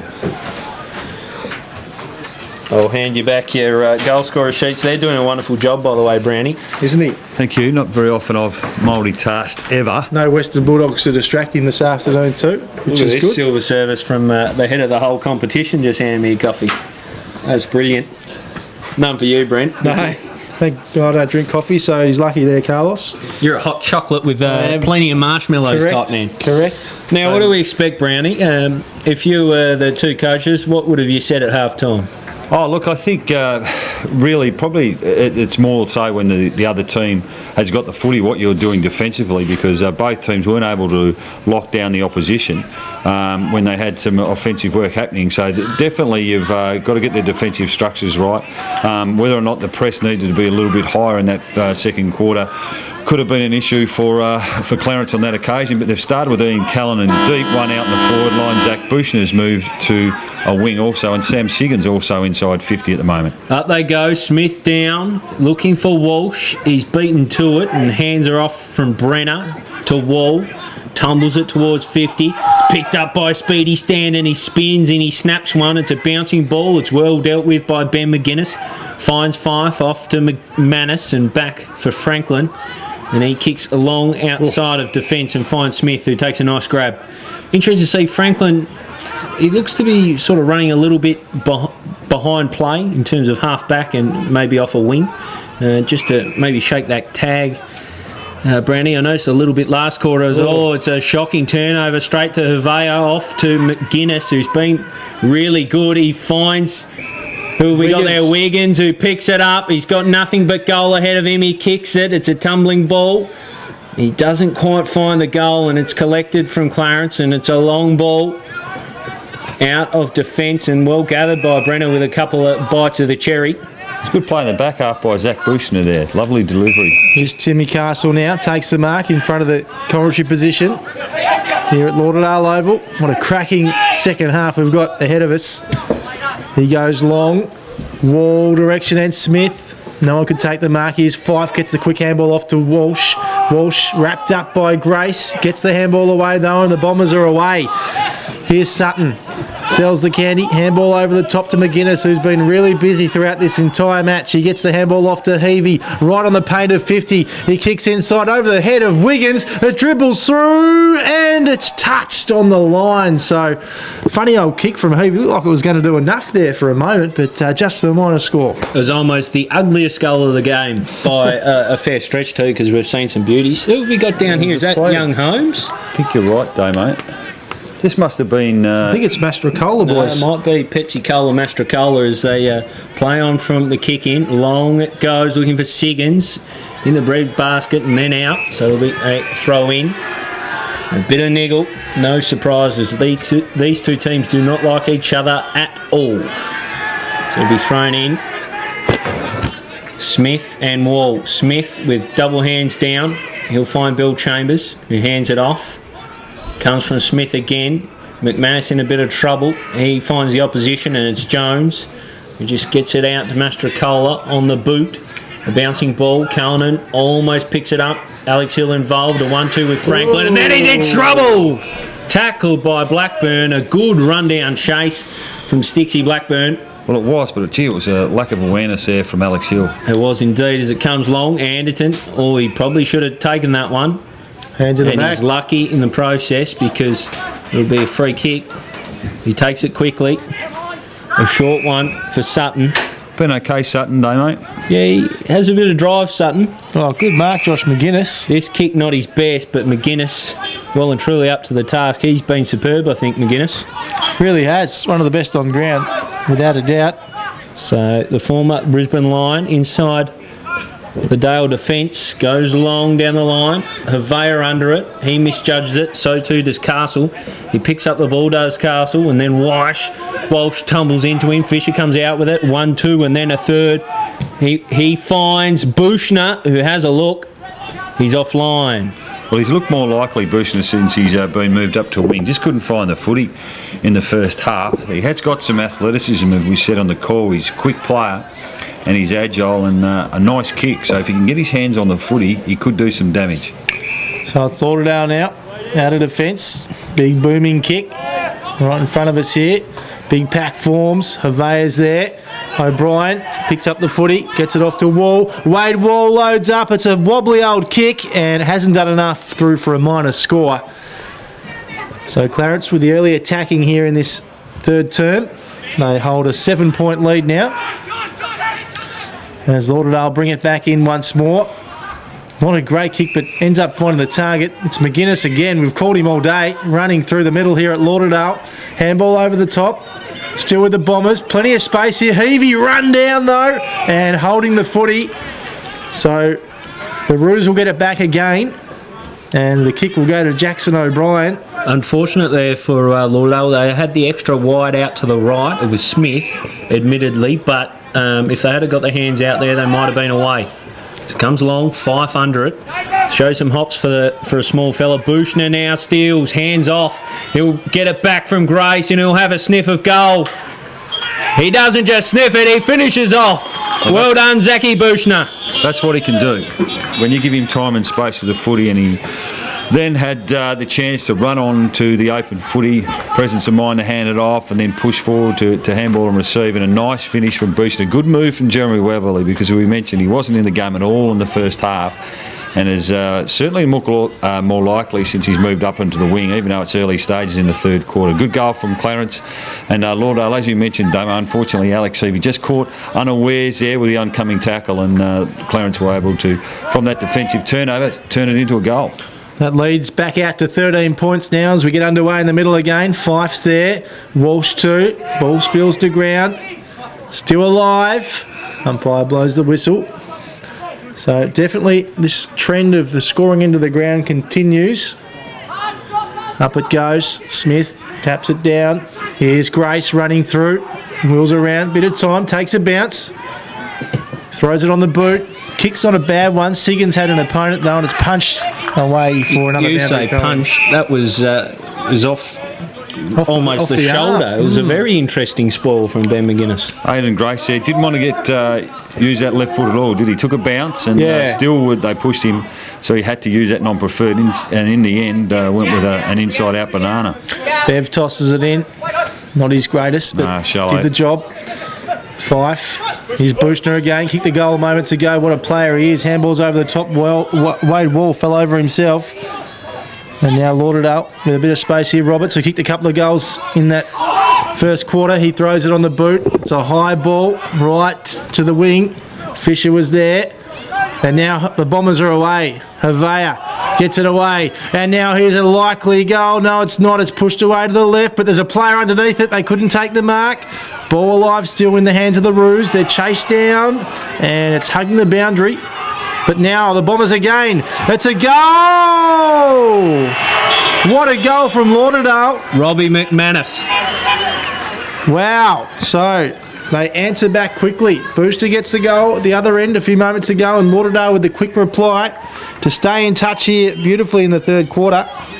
Makes it 45-52. The Roos with a 7-point advantage. Well, he's become a real consistent player, Robbie Manus, over the last few years at TSL level, and certainly in his junior days played a lot of Mariners footy. He could sometimes drift in and out of the game, and that was the type of position he played, but really impressed with his consistency this season, and that was a really smart goal right in front of the adoring fans. Siggins with a hit out down. It goes to a former teammate in Walsh. Goes inside, a hand off to Clever Camp. Long Havea! Right. An athletic effort. Cat-like, just pounced on it. He's taken the clunk and he'll line up for about 45. Well, his teammates obviously think that he can make the distance, Damo, because as soon as he took that mark, a lot of them motion, including Jordan Roberts, pointed to the goal square as if to say, have a shot. So we'll see how we go. This should test him, though, this distance. So Havea, Tute Havea, he's an enigmatic type. He'll stroll on in. Kicks it sweetly, but it never really looked like it. It might not even register a minor score. It does, through for a behind. So 46 plays 52 here at Lauderdale Oval. Havea, a league rising star a few years ago. Very, very handy player for the Bombers as the Roos bring it back into play. Pack forms. Ball spills out the back. Stanton, I think it was, pushes it forward. Wall's there, as is Hill, and they see it over the boundary line for another boundary throw in. So cagey opening to this third term. The Premiership quarter, both these two teams you'd expect to feature largely in September, the way things are going. It's thrown on in. Under it is Siggins and Ma halves this one. It bounces away, no true winner. Jones tries to gather on hands and knees. I think he was collected. He might get a kick for his troubles. No, it goes the other way. It'll be Bryce Walsh with a free kick. Just outside defensive 50 for the Lauderdale Bombers. So Bryce Walsh has been largely tagged today by Gabby Chambers, but has found a bit of the footy. Goes back to his defence. Finds Scott Hill. Hill longer with this one. He's got Roberts offering. It was a good lead and a good mark. And he's at the races quickly. Hands it over looking for McManus. He can't gather and he'll run out of grass. It's out of play for a throw. Plenty of feeling in this one. It's a game both teams want to win. The Speak Up Stay Chatty Cup on the line. And 4 precious competition points as the ball comes in. Siggins and Ma with 2 hands gets it down, but it's straight to O'Brien. He tries to burst away, he can't. It's still with Clarence though, unconvincing with that handball. In and under is McManus. I might be throwing under the bus here, Gilly, but what does this do for the ladder if each team wins today? Obviously, Clarence will boost them nicely, but does this get Lauderdale back up amongst the contenders, I suppose. Lauderdale will be third, and I think a game away from Clarence, so it's a big one to make up on them as the kick comes along inside 50. Ryan Wiggins gathers, hands off, finds McManus. Ooh. He gets a hand inside, looking for Stanley, I think it was. It's taken away, and Clarence, an errant handball lets in Ryan Wiggins, a sloppy-looking kick, and Bailey will go back with the flight and take a very crucial clunk. So, to answer your question, Brent, Lauderdale will pretty much stay where they are, but they're closer to where they want to get to. Here's Clarence now, the half-back line. I'd love another goal of the Rouge just to extend that lead even further. Good mark taken by Hill. Good McKillop boy. Unlike yourself, Gilly, who's a bad McKillop boy. They go forward again. Fisher at the back, but Havea again couldn't hang on to the mark, but made a good effort at it. Here he is, Havea. Loads up, goes short, over the top though, and unfortunately for him, straight to a Clarence defender. Great kick. Played on. Good mark taken there by Kyle Palmer-Hughes. Goes sideways, finds Howlett. And he pushes up forward too to Bushner. Kick to go earlier in this quarter. He goes forward. Might have been touched off the boot, it was. They play on quickly, the Roos. And now Palmer-Hughes again. Puts the afterburners on. Goes inside 50. Mark couldn't be taken. Ball still alive. Callanan swings around. Here's the little master right on the boundary. He couldn't, could he? No, he can't. He goes across the mark. Taken though. Big clunk by Sammy Siggins. Against his former club this afternoon, Sam Siggins. Outstanding in the first quarter. Been good all day, Sam Siggins, and now has the chance to increase his team's lead out to 12 points. So Siggins, tough spot. Let's see what he does here. He plays on, goes around the body, and he's kicked it, Sam Siggins. So big goal for Clarence. They increase the lead. Back out now to 12 points in this blockbuster Saturday afternoon clash here at Lauderdale Oval. Well, that's his second, and you take that every day of the week for a guy who plays predominantly in the ruck. But again, Kyle Palmer-Hughes, when he's up and running, he's a really hard working midfielder, and that's his game. And he really ran onto the oncoming ball there and had the presence of mind to spot up Ian Callanan, who's dangerous, kept his feet, able to shrug a tackle. And at one stage there, Breno, as you called it, looked like he might have potted another one, but just slid it across the face. And a good mark and goal and finish from Siggins. Mar with a hit out, down looking for Clever Camp, who's been in midfield quite a bit. It's taken from Jones, and it's a good kick. Finds that man, Palmer-Hughes. He's been good this afternoon. Spins around. Just a little inside kick. Finds Harper. Harper looks for the long offers, and it's Ian Cullen, why not? Tries to take a mark. Nat Franklin comes in with a punch and sees it out of play. Interesting to see Franklin back there. Having an impact, though. They probably fancy him with time and space, Nat Franklin, being one of the players of the competition so far this season. As it comes in, Wade Wall wins down.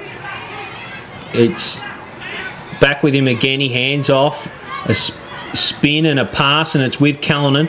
Off for Siggins. Over the top. He finds Hanslow. Going nowhere, though. It'll be a ball up. So they inch it down the line here, Clarence. They need to probably make the most of their work going towards the left of screen, as this one's down for Clarence again. Lauderdale all over them in numbers. Fife tries to get it out of there. Goes Clarence's way, but it's a bouncing ball to no one in particular. Franklin runs into trouble, runs out of play. And it'll be another throw. So 15 minutes gone here in the third quarter. It's a 12-point lead to the visiting team, the Clarence Footy Club, against their arch rival Lauderdale. Here's Siggins out of the ruck, couldn't get boot to ball. Speedy Standens there too, but Lauderdale win it out of defence. Push to that far wing. Ends up with the Roos. They go inside 50 again. Grace is there. Umpire's blown the whistle. Unnecessary. And the free kick. So, who's got the kick here, Cam? Well, I think it was a free kick downfield. It was young Keegan Wiley again, and he's really developing in confidence, that player, and he's certainly backing himself in to run and carry the footy. But it looked like the late hit from Ryan Wiggins, which has caused the free kick, and it looks like Trent Standard from Mine Boys, who's lining up on a difficult angle. So this will make it really interesting if they can convert here. The Roos looks like it's just pushed to the left, so minus score to Clarence, which makes the lead 13 points in my book. They're pressing here, Damo, so danger signs a little bit for Lauderdale as this margin gets out to 13 points, so they need to press up pretty high, Clarence here. Their aim will be get another repeat inside 50. So we tick beyond 16 minutes in this third term. Brought down by no one in particular and into a pack, which means ball up. So a 13-point lead here at the tip to the Clarence Roos up against their fierce rivals, Lauderdale. Plenty of feeling, plenty of spite. Siggins tries to swat and then soccers. It's a tumbling ball down the far side of the ground and it's seen out for a throw-in. Really impressed with the Roos, though, boys. Just that I guess their turnaround from last season. We know they missed the finals again, which is really rare for them to do that in consecutive seasons. But gee, a lot of their mid-tier range players have really improved this season. They have indeed. As Hanslow is one of those, tries to get it moving and runs into a bit of trouble. Kick. But they've got a free kick here, Clarence. So yet another opportunity to extend their lead, boys. As you said, Damo, they need to make the most of this scoring in, though, don't they? Do you think they've done enough this quarter, Cam, given most of the goals this afternoon have come from this left-hand side of the screen? Yeah, it's funny, and we were talking off air that there's not a real breeze of any note, but they've got another difficult set shot here in a similar position for Stand. I think it's Chambers that might have got the free kick from the back. It is indeed, as Chambers comes on in. He shreds the needle. So Clarence extend their lead to 19. They're up and about here at the tip.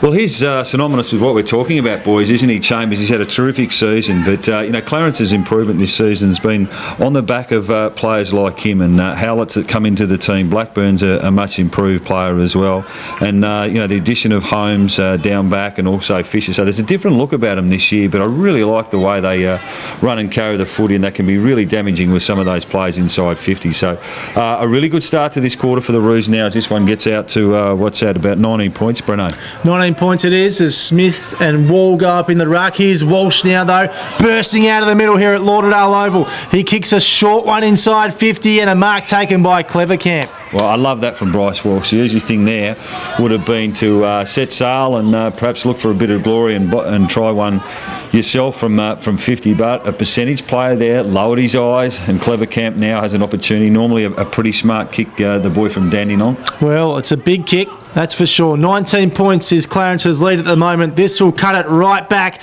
It looks okay off the boot. He splits the middle, Max Clevercamp, and gets the goal. And the lead now back to just 13 points. Well, that's why the centre bounce clearances are so important, boys. Although a lot of your scores aren't necessarily from them, the way footy's played these days, a lot comes from your back half and your forward press. But, gee, it's important when you do get a clean breakaway. And it was Bryce Walsh there who was able to find time and space. And centre clearance had a bounce, and as we mentioned, lowered his eyes. And a Clever Camp, who we normally see Damo playing more across half back, sometimes gets a defensive job on the opposition's best forward, small mid-sized forward. But he's a dangerous player because he's such a good kick. So ball up. Bryce Walsh again can't quite shovel it to Fife. And under all that, it's holding the ball, so it's a free kick for Fife there. Trying to decipher who's under it. It might be Gabby Chambers, it is. So Fife with the ball. Hands off for Franklin. Hands it back to Fife. They've got themselves in all sorts here, Lauderdale. Back for Franklin. All he can do is swat it over his head. To Hill of the Scott variety. Just goes to Sutton. He's in trouble though. Hill again. They'll come out with it here. Clarence. It's Howlett. A kick inside 50. Not his best. Favours Alex Hill. Looks for Franklin. It's behind him and he doesn't know it. Siggins extracts it. Does well to Siggins. Hands over for Stand and doesn't go the shot. Opts to go inside for Brady Jones. He's beaten to it by Anderton. Hands out for Walsh and then McGuinness. McGuinness with a clever little kick outside. Finds McManus. McManus long and good. It's a good kick for Williams. And it's impeded the mark. Keegan Wiley lost his bearings. Oh dear. And it's let in Williams here. He'll line up.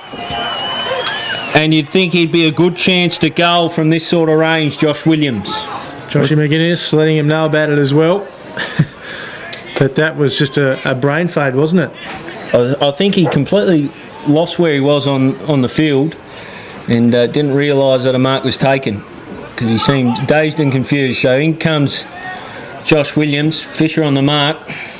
You'd think he puts this one away Wow. and cuts the margin. Game changer. So Williams, in he comes. Oh, he never looked sure. Oh, dear. And that's why. Yeah, that's Puts a bit it of out his to the issue, left. Damo. We're a little bit concerned with that run-up coming in, and that's a bad miss on that occasion because Clarence are out here through Palmer Hughes. Palmer Hughes gets it on the boot, looking for Bouchner. He's had an impact on the wing. He doesn't take the juke, though. Down the wing, he finds Wall. Likes the handball, and he does on this occasion, but handball straight into trouble for Castle.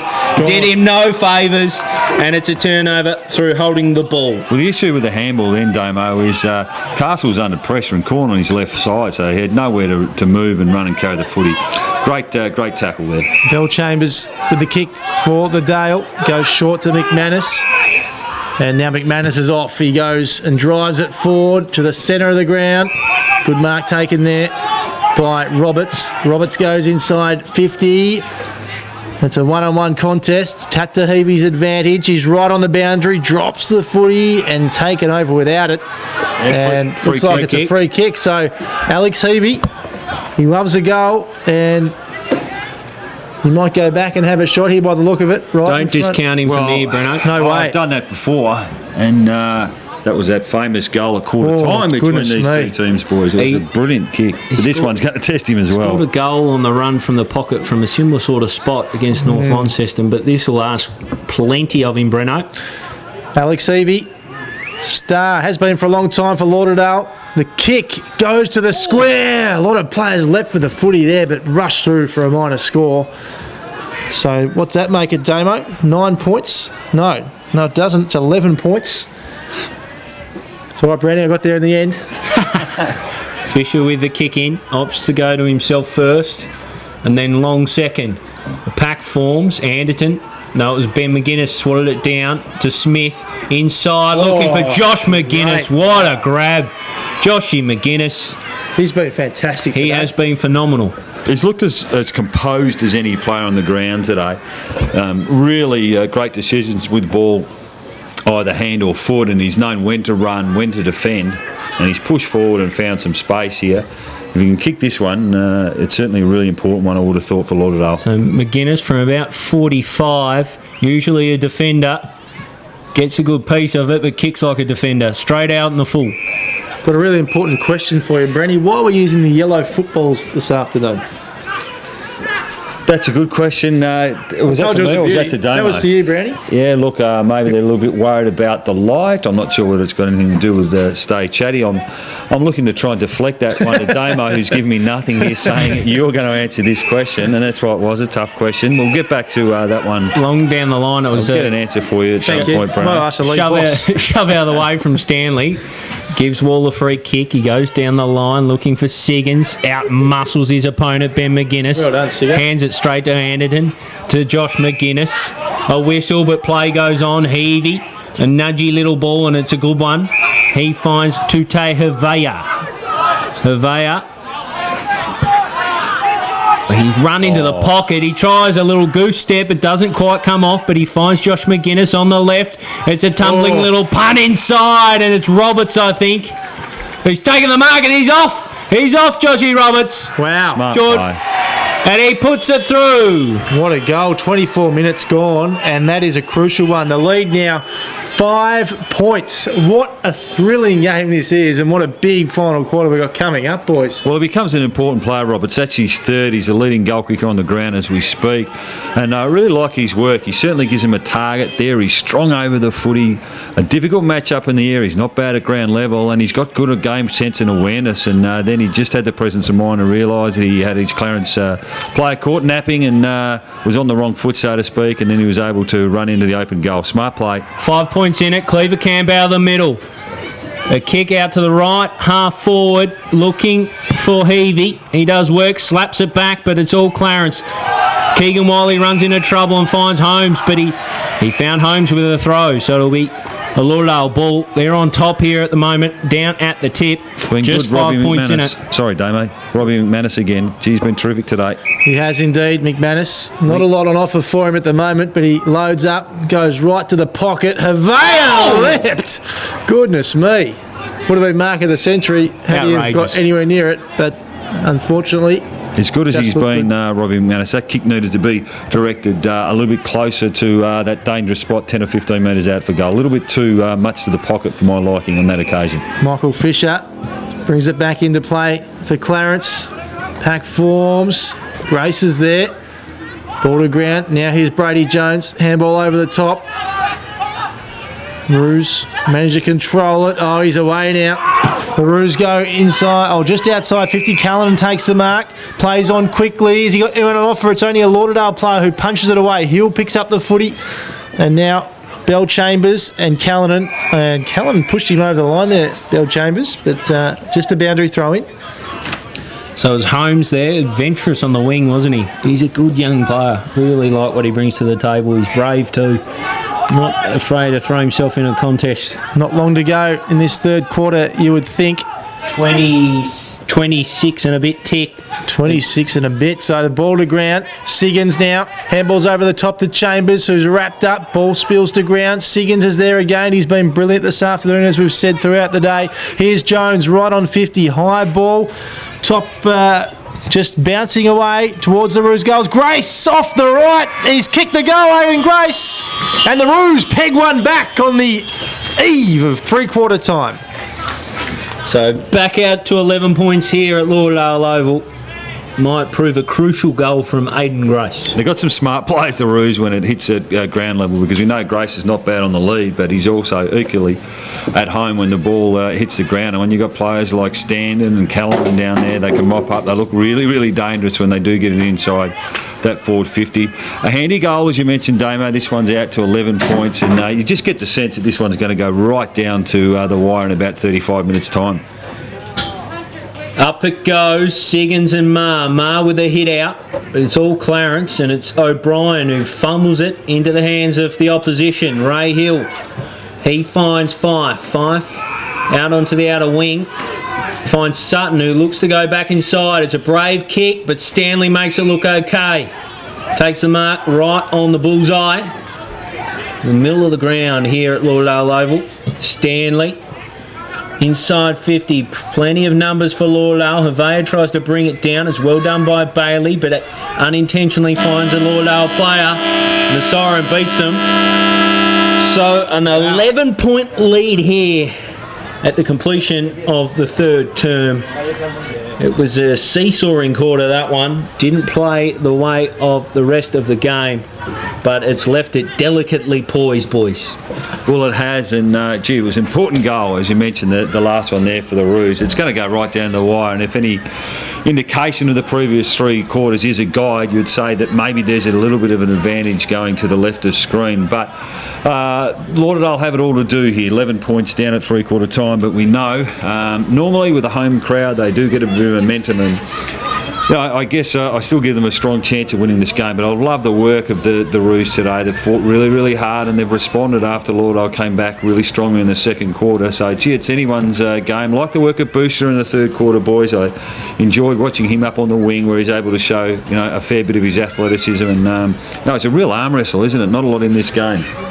Not a lot at all, and it might just come down to maybe Clarence didn't take full advantage of kicking to the left of screen because it's been the goal scoring end, and we'll find out in the last term, I guess. But this one is anyone's ball game. Take us through the goal kickers there, Breno. Oh, look, yes, thanks very much for throwing me under the bus there, Gil. Callanan 2, Grace 1, Harper 1, Gabby Chambers 1, Blackburn 1, Brady Jones, Trent Stanton and Bushner with 1, and Sammy Siggins with 2. And for Lauderdale, Dylan Fife has 2, Jordan Roberts 3, and single goal kickers are Havea, Cleaver Camp, also Wiggins and McManus. So they're the goal kickers, and not much in this ball game at all. 11 points the advantage of the Clarence Roos. Lauderdale Bombers with a bit of work to do down here at the tip, or as My State Park as they're calling it. I prefer the tip, so we'll run with that. We'll have a brief break now and run a few messages from Speak Up, Stay Chatty. Of course, a very important day today.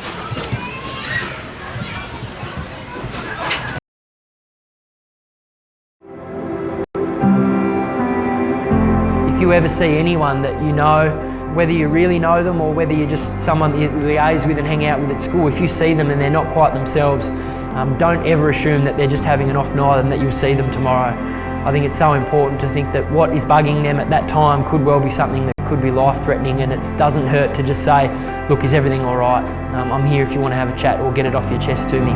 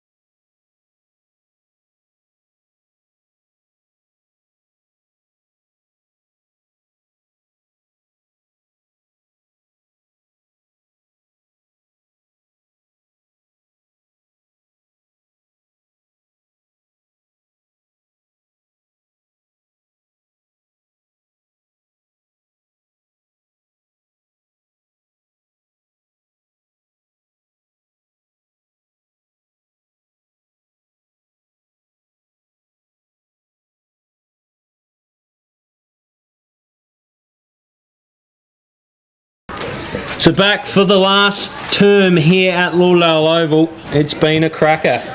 Clarence Roos with the advantage at this point, boys, but it's anyone's guess from here, isn't it? Well, it is, and I'm really interested in the midfield battle because more often than not, we look at that particular area of the ground as to where it's going to have a major influence on this game. So Lauderdale, you think they'll need a lift from Fife in there.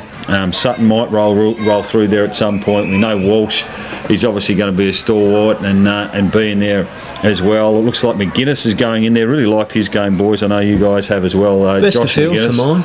And he'll start there, so they've got a lot of experience in there, so that'll give them a chance, obviously. They'd love to see Wiggins get involved in this game. Only had the one goal. Bailey's done a pretty good job on him. Roberts has been the standout forward today for Lauderdale with his 3 goals. So from that perspective, they would like to put the Clarence defence under a fair bit of pressure, but they've held up pretty well, Breno, haven't they, with the likes of Fisher down there. Wally's had some good moments on occasions. Brenner, Holmes, I've liked his work as well, and Bailey, as I said, has done a serviceable job, as he always does, on the opposition's best tall forward.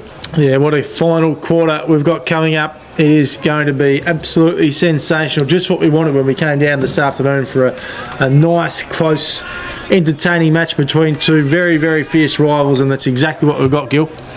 It's exactly what we've got. The start's going to be important here, boys, because the centre clearance Clarence's way could really switch momentum early. Had some clarification too at the three-quarter time break from the boss of the TSL, Carl Saunders, who informed me they did switch footies at half-time from red to yellow because of the dark here. So we're underway in this final term. It is going to be a cracker.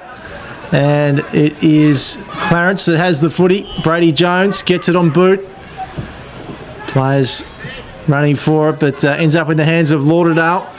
There you go. The kick wasn't a great one. It's going to go towards the boundary, and it will reach it. And Palmer Hughes sees it over for a boundary throw-in. Clarence starting with Wade Wall on the ruck and Sam Siggins as a deep forward to start this last quarter. Interesting there. Interesting coaching move. As the ball's thrown in, Smith and Wall. Wall quite inventive in the ruck. It's Franklin who emerges with it, gets it to 5. His handball finds Palmer Hughes of the opposition. A kick inside 50. Blackburn down. Gabby Chambers with hands looking for Grace. He gets back involved as Chambers has his ball smothered by Franklin, and they'll all come together. Love the work of Chambers. He sacrificed his game most weeks in terms of defensively picking up an opposition midfielder, and he does a very good job each and every week. There we go again. Lauderdale are off here through the middle of Lauderdale Oval.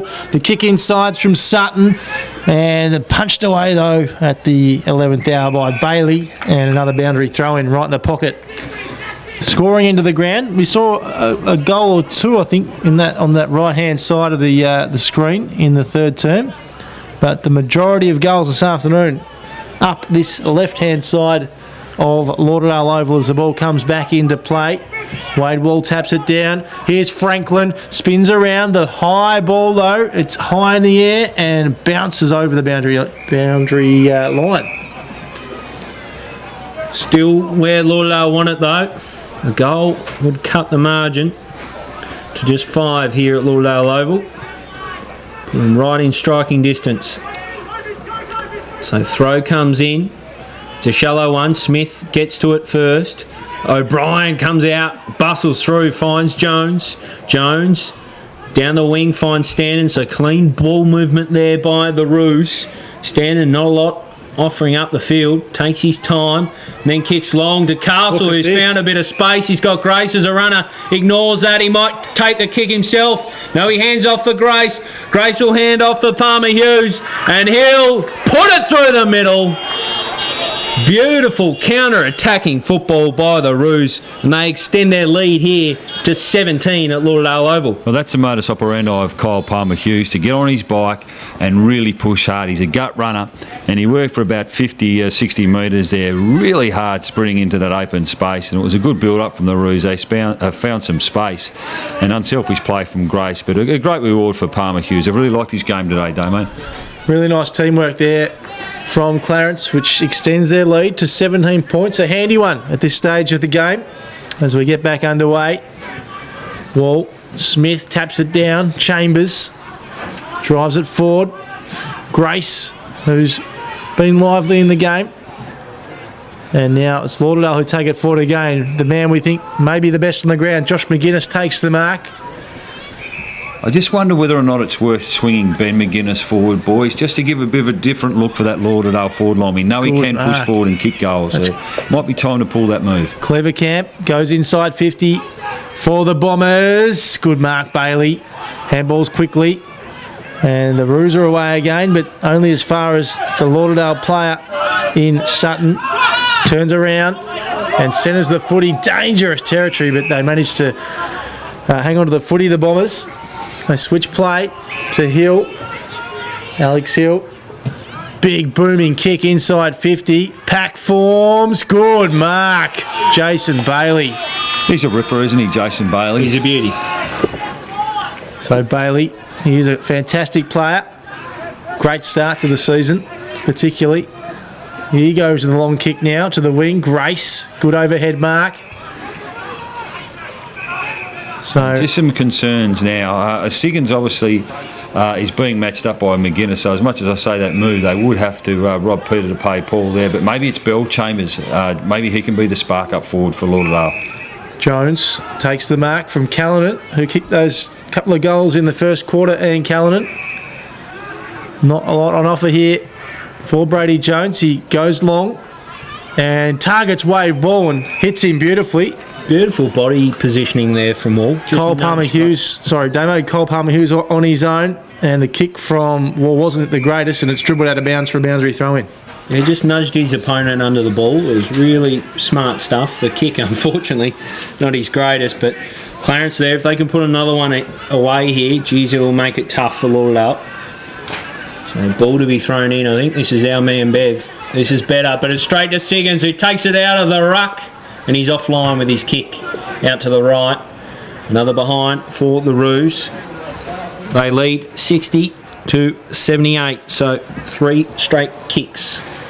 Well, we've got, how long have we gone this quarter, Zamo? When does time start to become a problem, Brownie? It's only 3 goals, but...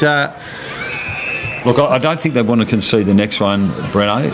Lauderdale, they certainly need some clean ball inside 50 and converters. Bell Chambers is going to provide some run and carry here on this play. He does. He scored the short kick there. Wasn't great at all. And now Clarence through Palmer-Hughes pick up the footy. He goes along. Standon's up there, but a good mark taken there by the Lauderdale player. And I haven't got his name in front of me. Scott Hill. Scott Hill, thanks, Damo. There's so many hills it can be tough as McManus goes down the line. Wade Wall battling for the ball. Tries to find Keegan Wiley. Misses his target and out for a throw-in. So Clarence with an 18-point lead here at the tip. Lauderdale need to get up and about if they're going to take the chocolates. Thrown in. Wall palm down nicely. He finds Howlett looking for Palmer-Hughes. Battles well for it.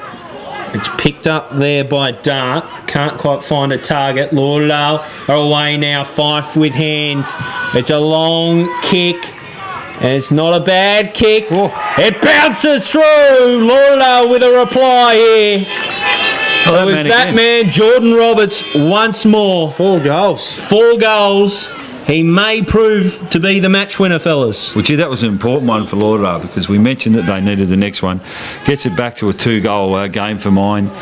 Damo, and Lauderdale just keeps them in touch. We've mentioned a few times we've never been able to have that run and carry and smart delivery inside forward 50. They do look dangerous, as to Clarence. So, it's a big 5 minutes coming up here. They'd love a really clean takeaway from this centre-back clearance. Hasn't been such a factor in this second half, but remember, Lauderdale kicking to the scoring end of the ground as well as Clarence go forward through Bushner. Lauderdale managed to slow things up, but the ball's still alive. Here's Grace, handballs away. Brady Jones wheels around on the right. Looks okay, might just be to the left. It is, it's hit the post. So Clarence, a little let off there for Lauderdale. Gee, that was would have been very handy. I thought that was home, actually, off the boot. Would have been a captain's goal for sure, that one. So kick out to himself, Alex Hill. And then long down the far wing. Off hands and well collected by Howlett. He finds Holmes over the top. They've got runners here, Clarence. A dinky little ball inside 50 finds Callanan. He gets on the left, rolls in and kicks a sausage roll. Oh, class is permanent. There we go, Ian Callanan. What a goal. And Clarence extend that lead again. Well, he kicks him for fun, doesn't he? And on that occasion, he actually went onto his left side. He probably could have actually ducked back onto his preferred side, but it doesn't matter with Ian Callan. No such thing. And gee, that hurts if you're a Lauderdale. And just watch that play. And Callan was in space, and it was a Clarence player who were able to find him over the top. And he's just so damaging by foot. And a terrific goal kick. He's been really important today for the Roos with 3 goals. He's their leading goal scorer at the moment. No other multiple goal kicker apart from Sam Siggins. 19 points is the margin here at the tip as the ball goes to the ground. Jones gets the handball out. Still with Lauderdale. But now Speedy standing good. Tackle couldn't quite hang on to his opponent. And the Bombers escape danger. I think it's that man McGuinness again. Gets the kick forward. The mark taken right on the wing by Heavey. Gets the handball away. They push it forward again, the Bombers. So high ball, one-on-one contest. Fisher flew. He was lucky there. He was very lucky. Play on, said the umpire. Ball wrapped up, not going anywhere. And the Roos get it out though. And now it pushes back towards their attacking end of the ground. Callanan kicked that goal a few moments ago, and it was out of bounds, so it'll come back for a boundary throw-in. And in a big 5 or 10 minutes here, they're going to have to look to their prime movers, I would have thought, Damo. Dylan Fife needs to get his hand on the footy, Heavey, these sorts of players, and the captain, Bryce Walsh. Yeah, need big Brycey Walsh to step up, I reckon. So, to be thrown in. Day turning to night here. Great move by the TSL to switch those footies at half-time from red to yellow. Palm down from Marr. It's away from McManus. A twirling ball. The paint of 50. Holmes just bursts through and takes it. Drops it off, and in comes Castle.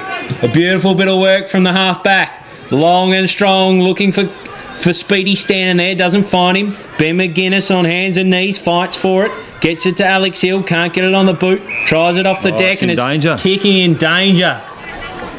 Oh, he's unfortunate for Alex Hill, but Jackson O'Brien can line up, and you'd think this would be maybe the first nail in the coffin.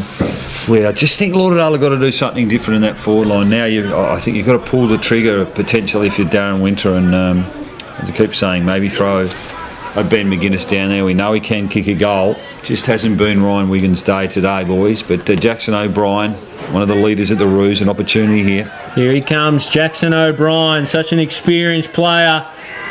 And it never looked like missing. Jackson O'Brien kicks another for the Roos. And they're in the driver's seat here, Lauderdale, with a lot of work to do and little time. Well, one of the features of Clarence, and we saw them against North Launceston boys, is their spread of goal kickers. They're very even. They don't rely on too many targets. And O'Brien becomes the 11th, right on cue there, Brent. Thanks for that. And the Roos have really liked the way they've been able to do that. So their midfield kicks goals.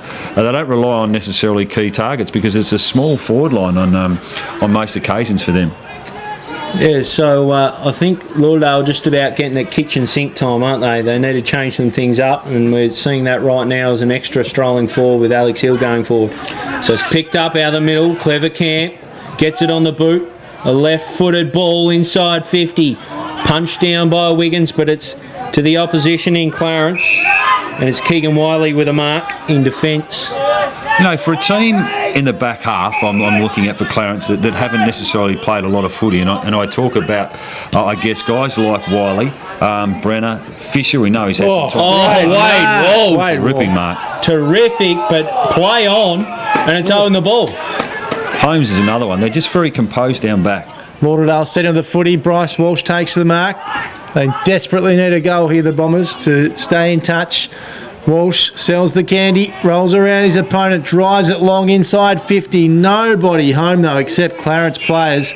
And the mark taken there as the sun still creeping through here late. He's been good, Bailey. He's hardly put a foot wrong. Tremendous. He goes long now. Right to the wing, Wade Wall. Couldn't take the grab this time. Callanan cleverly gets the footy and runs, kicks it, and gets it to his teammate. And they just hold it up here, the Roos. I know time's on their side. Oh, mark wasn't taken, came through the Lauderdale player and managed to work it to their advantage. Mark taken by Heavey. Plays on quickly, Havea. He handballs very quickly. He gets his own footy back, eventually taps it down to Chambers. Gabby Chambers. He goes long now and finds his opponent. Couldn't take the mark. Ball still with the Bombers now.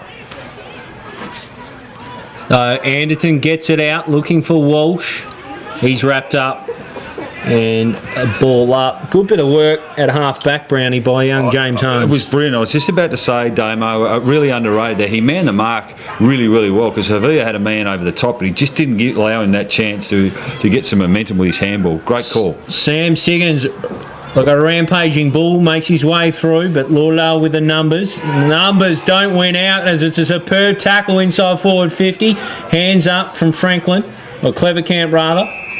And the boundary line has it, as it'll be thrown in again. 25 points. I think it's going to be really difficult now for Lauderdale, for a team that's, what do they kick, 9 goals for the game, is it, boys? So it's going to be pretty difficult, 9 or 10 goals. It's a shallow throw. Sam Siggins on his chest, gets it down, bursting through the traffic was Harper.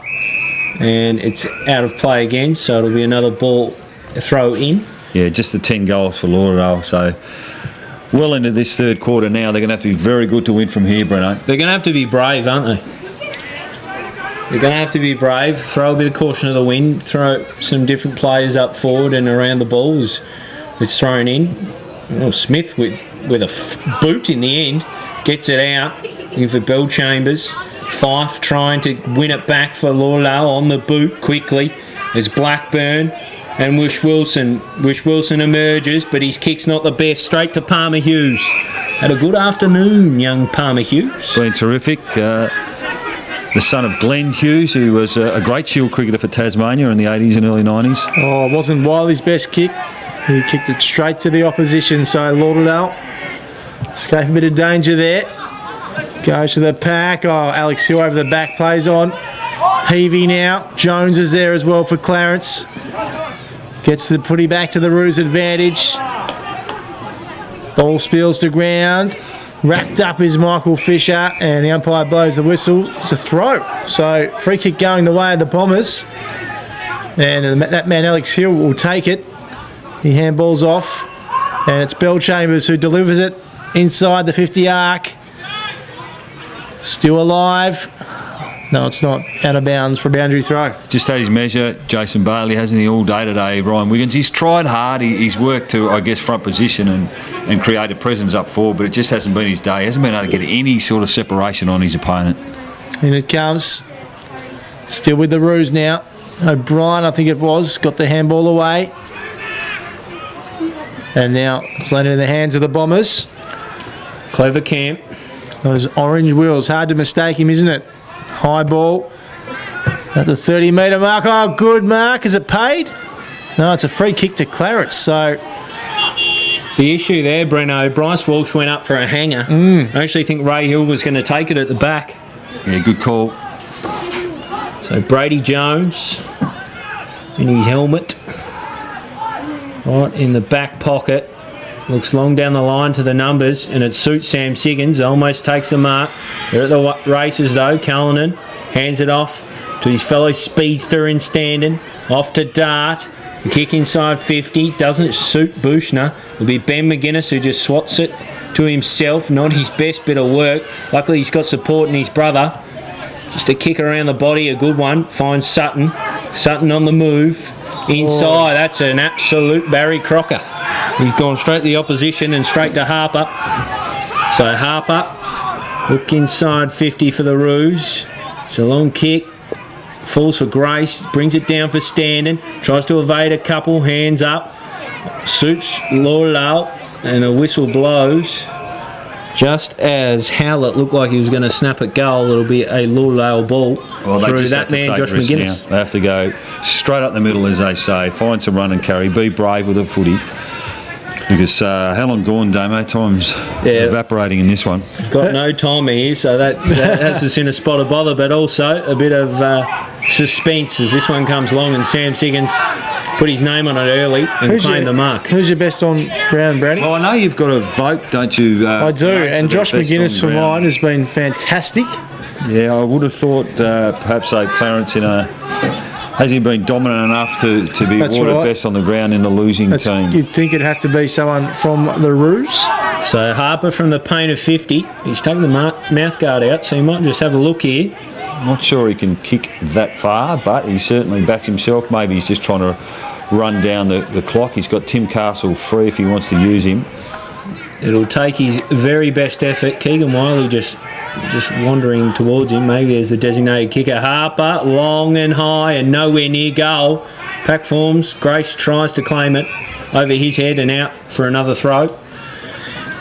The wrong end of the ground for Lauderdale. Time their enemy and the scoreboard. It's 91 to 66 here deep in the last quarter in the State ChatTY Cup. Comes in, Bushner claims it out of the ruck. That's holding the ball. Be Lauderdale's ball. They've got to get it moving quickly here. It was your man Josh McGuinness again. He's been very good in the losing team, hasn't he? Looks for Ryan Wiggins over his head, not his day. Jones in, handballs it off. It's a long ball looking for Grace. Read well in the air by Ben McGuinness. Just tries to shovel it towards a teammate. He does. The ball comes long down the line. Numbers with Clarence there. Sam Siggins out the back. He's run into trouble, and that's holding the ball. That's exactly what Lauderdale need now. They've got to get it moving quickly. And quickly they do. Inside, it's a shocker of a kick, but it finds McManus. In for McGuinness. Sells him into all sorts of trouble. He's claimed immediately, and it'll be a ball up. Not the best handball there, Brownie. No, they just look flat, Lauderdale, and apart from that period in the second quarter, I thought they fought pretty hard through the duration of the third quarter, but they've just, Clarence look like they're getting on top of the ground a little bit better this afternoon. So the ball right smack bang in the middle here at Lauderdale Oval as this game winds down. Here's Walsh. Not a lot on offer under pressure. Gets the kick away. McGuinness is there, but the mark taken by the Roos through Timmy Castle. He'll go back and no rush at all here for the Roos. He goes sideways. So, boys. He's worked hard, this man, on screen. He has indeed. They go forward again, Clarence. And mark couldn't be taken. Walsh again. Off to Bell Chambers, who gets the handball away as well. McGuinness again. Getting very hard to see here at Lauderdale Oval. Very dark as they go for the goals to the goal square, but it is only Clarence there, and it's Holmes. He's a ripper, Holmes. He is. Been one of the better players on the ground this afternoon. No doubt about that. Chambers. He goes sideways now. Sting well and truly out of this game with the Roos having a 25-point lead. Just going around the grounds, Damo, it was Hobart City defeating the Tigers by a big margin at Comfortably. North Hobart Oval, and Devonport getting their first win of the season. Last night, of course, it was North Lonnie over Lonnie as a good mark taken by Wiggins. No, it wasn't paid. Ball still alive. Ends up with Clarence though. Speedy Standings there in the back half of the ground. Here's a chance for Lauderdale. No, Clarence do well to get out of trouble. Fisher throws it on the boot. Fife's there. Dylan Fife goes on the left. And that was actually a paid mark. It didn't go very far at all, that ball, as we heard some members of the crowd shouting out to the umpires. Inside 50 once more. Fisher does well to intercept the footy. Done well again, Michael Fisher. Paddles it along.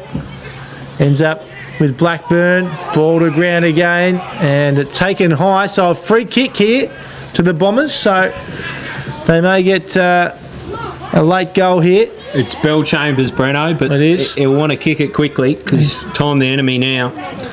Yeah, look, Damo didn't suggest they were still in with a chance to win the game. Just suggests they might get a late goal. So Bell Chambers wanders on in, kicks it nicely, but it's wide and it's out on the full. So no Just score there. Not exactly what Lauderdale needed here, right deep in this Stay Chatty Cup game. Clarence been too good so far. Can't be long left here at Lauderdale. Big booming kick back inside to play and out of bounds again. So what's that? Clarence have won 2 out of 3 games between these two clubs this season. One more to come, of course, and potentially finals. Where do you rank Clarence now, Brownie? I mean, obviously they're a legitimate chance of winning the flag. There's no doubt about that. But do you rank him as good as a North Launceston? Well, probably not. But having said that, internally the Roos would fancy their chances because we saw them. North Launceston, they defeated them at Bellreeve, which was a great result going back a few weeks ago. I just think from what we've seen, North Launceston's best is probably as good as anyone's in the competition, and particularly if they can finish in the top 2, get home finals and things like that. But I would have thought Clarence this season have surprised a lot, and their improvement has been quite rapid, and their movement up the ladder from last year, and we mentioned a couple of times, not in the finals for consecutive years, but gee, their improvement has been terrific this season. Got a question for you boys in a minute, the next stoppage. Pavea with a handball over the top for Heavey. Back inside to Ma, who finds a bit of space. He might just have a look. It's a good kick from young Ma, and it's a goal. Beautiful finish from the youngster. Just found himself in a pocket of space and used it nicely. Yeah, it was a smart play. Hasn't had a big day today, Mar, but really found himself with a little bit of space and inside 50 and a nice finish. But a question without notice, boys, just on the coaches. If you had to say a coach of the year right now in the TSL. Well, Webley would have to be in the conversation. If you look at the ladder, they'll be second to North Launceston, but North Lonnie have the bye next week, so they're actually ahead of North Launceston, really, if they take care of the games that they should. And look, smart recruiting as well. I just think some of the additions to this team have been invaluable for the way they've structured up. And I've been mentioning their backline in particular. We know Castle's a stalwart down there, and so too Bailey. But, gee, some of the lesser lights down back have been really good for them in the first half of this season. Here's the ball in Clarence's forward line. Goes to ground. Walsh is there, the little terrier.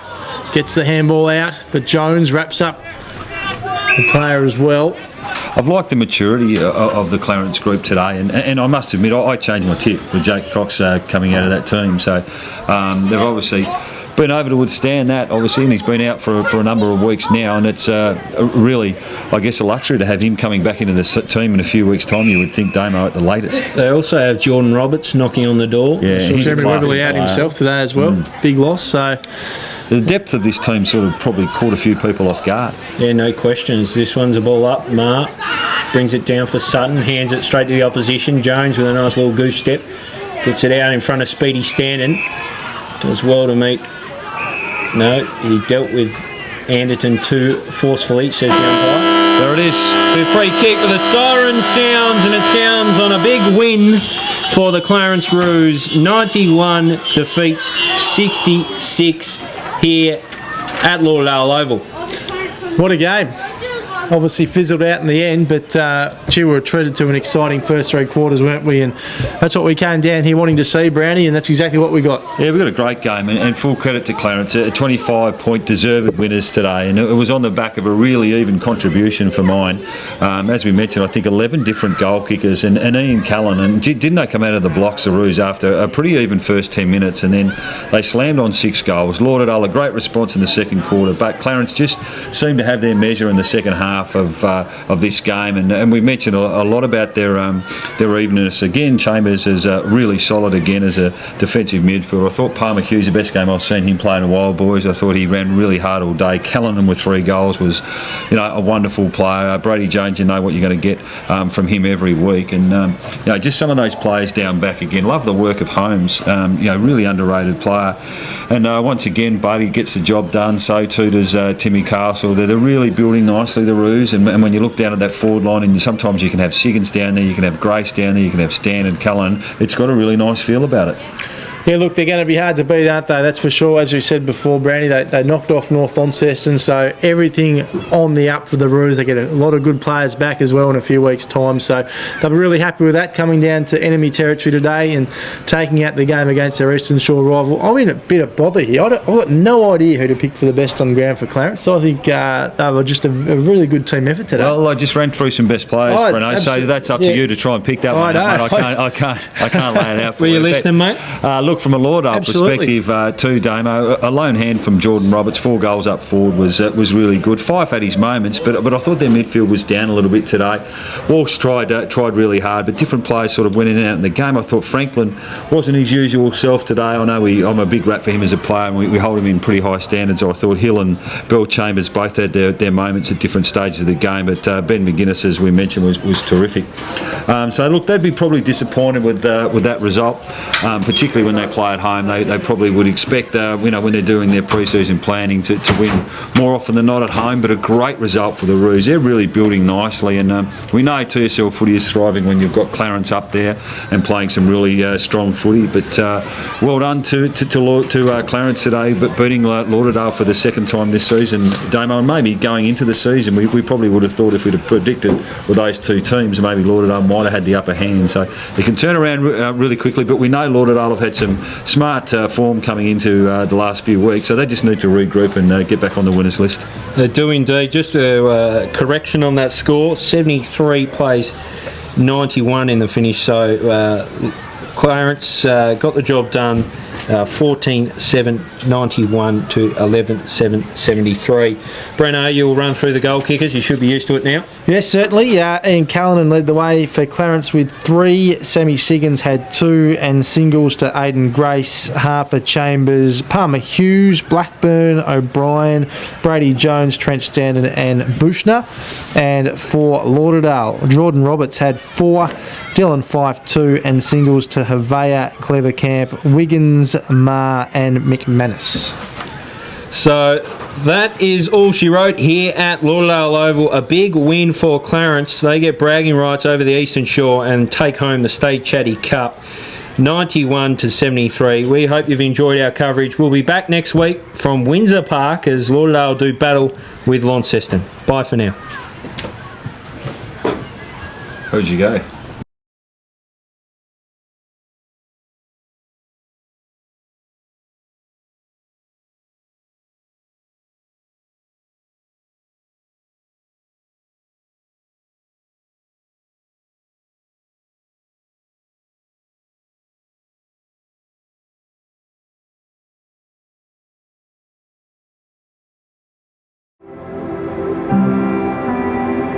If you ever see anyone that you know, whether you really know them or whether you're just someone that you liaise with and hang out with at school, if you see them and they're not quite themselves, don't ever assume that they're just having an off night and that you'll see them tomorrow. I think it's so important to think that what is bugging them at that time could well be something that could be life-threatening, and it doesn't hurt to just say, look, is everything all right? I'm here if you want to have a chat or get it off your chest to me.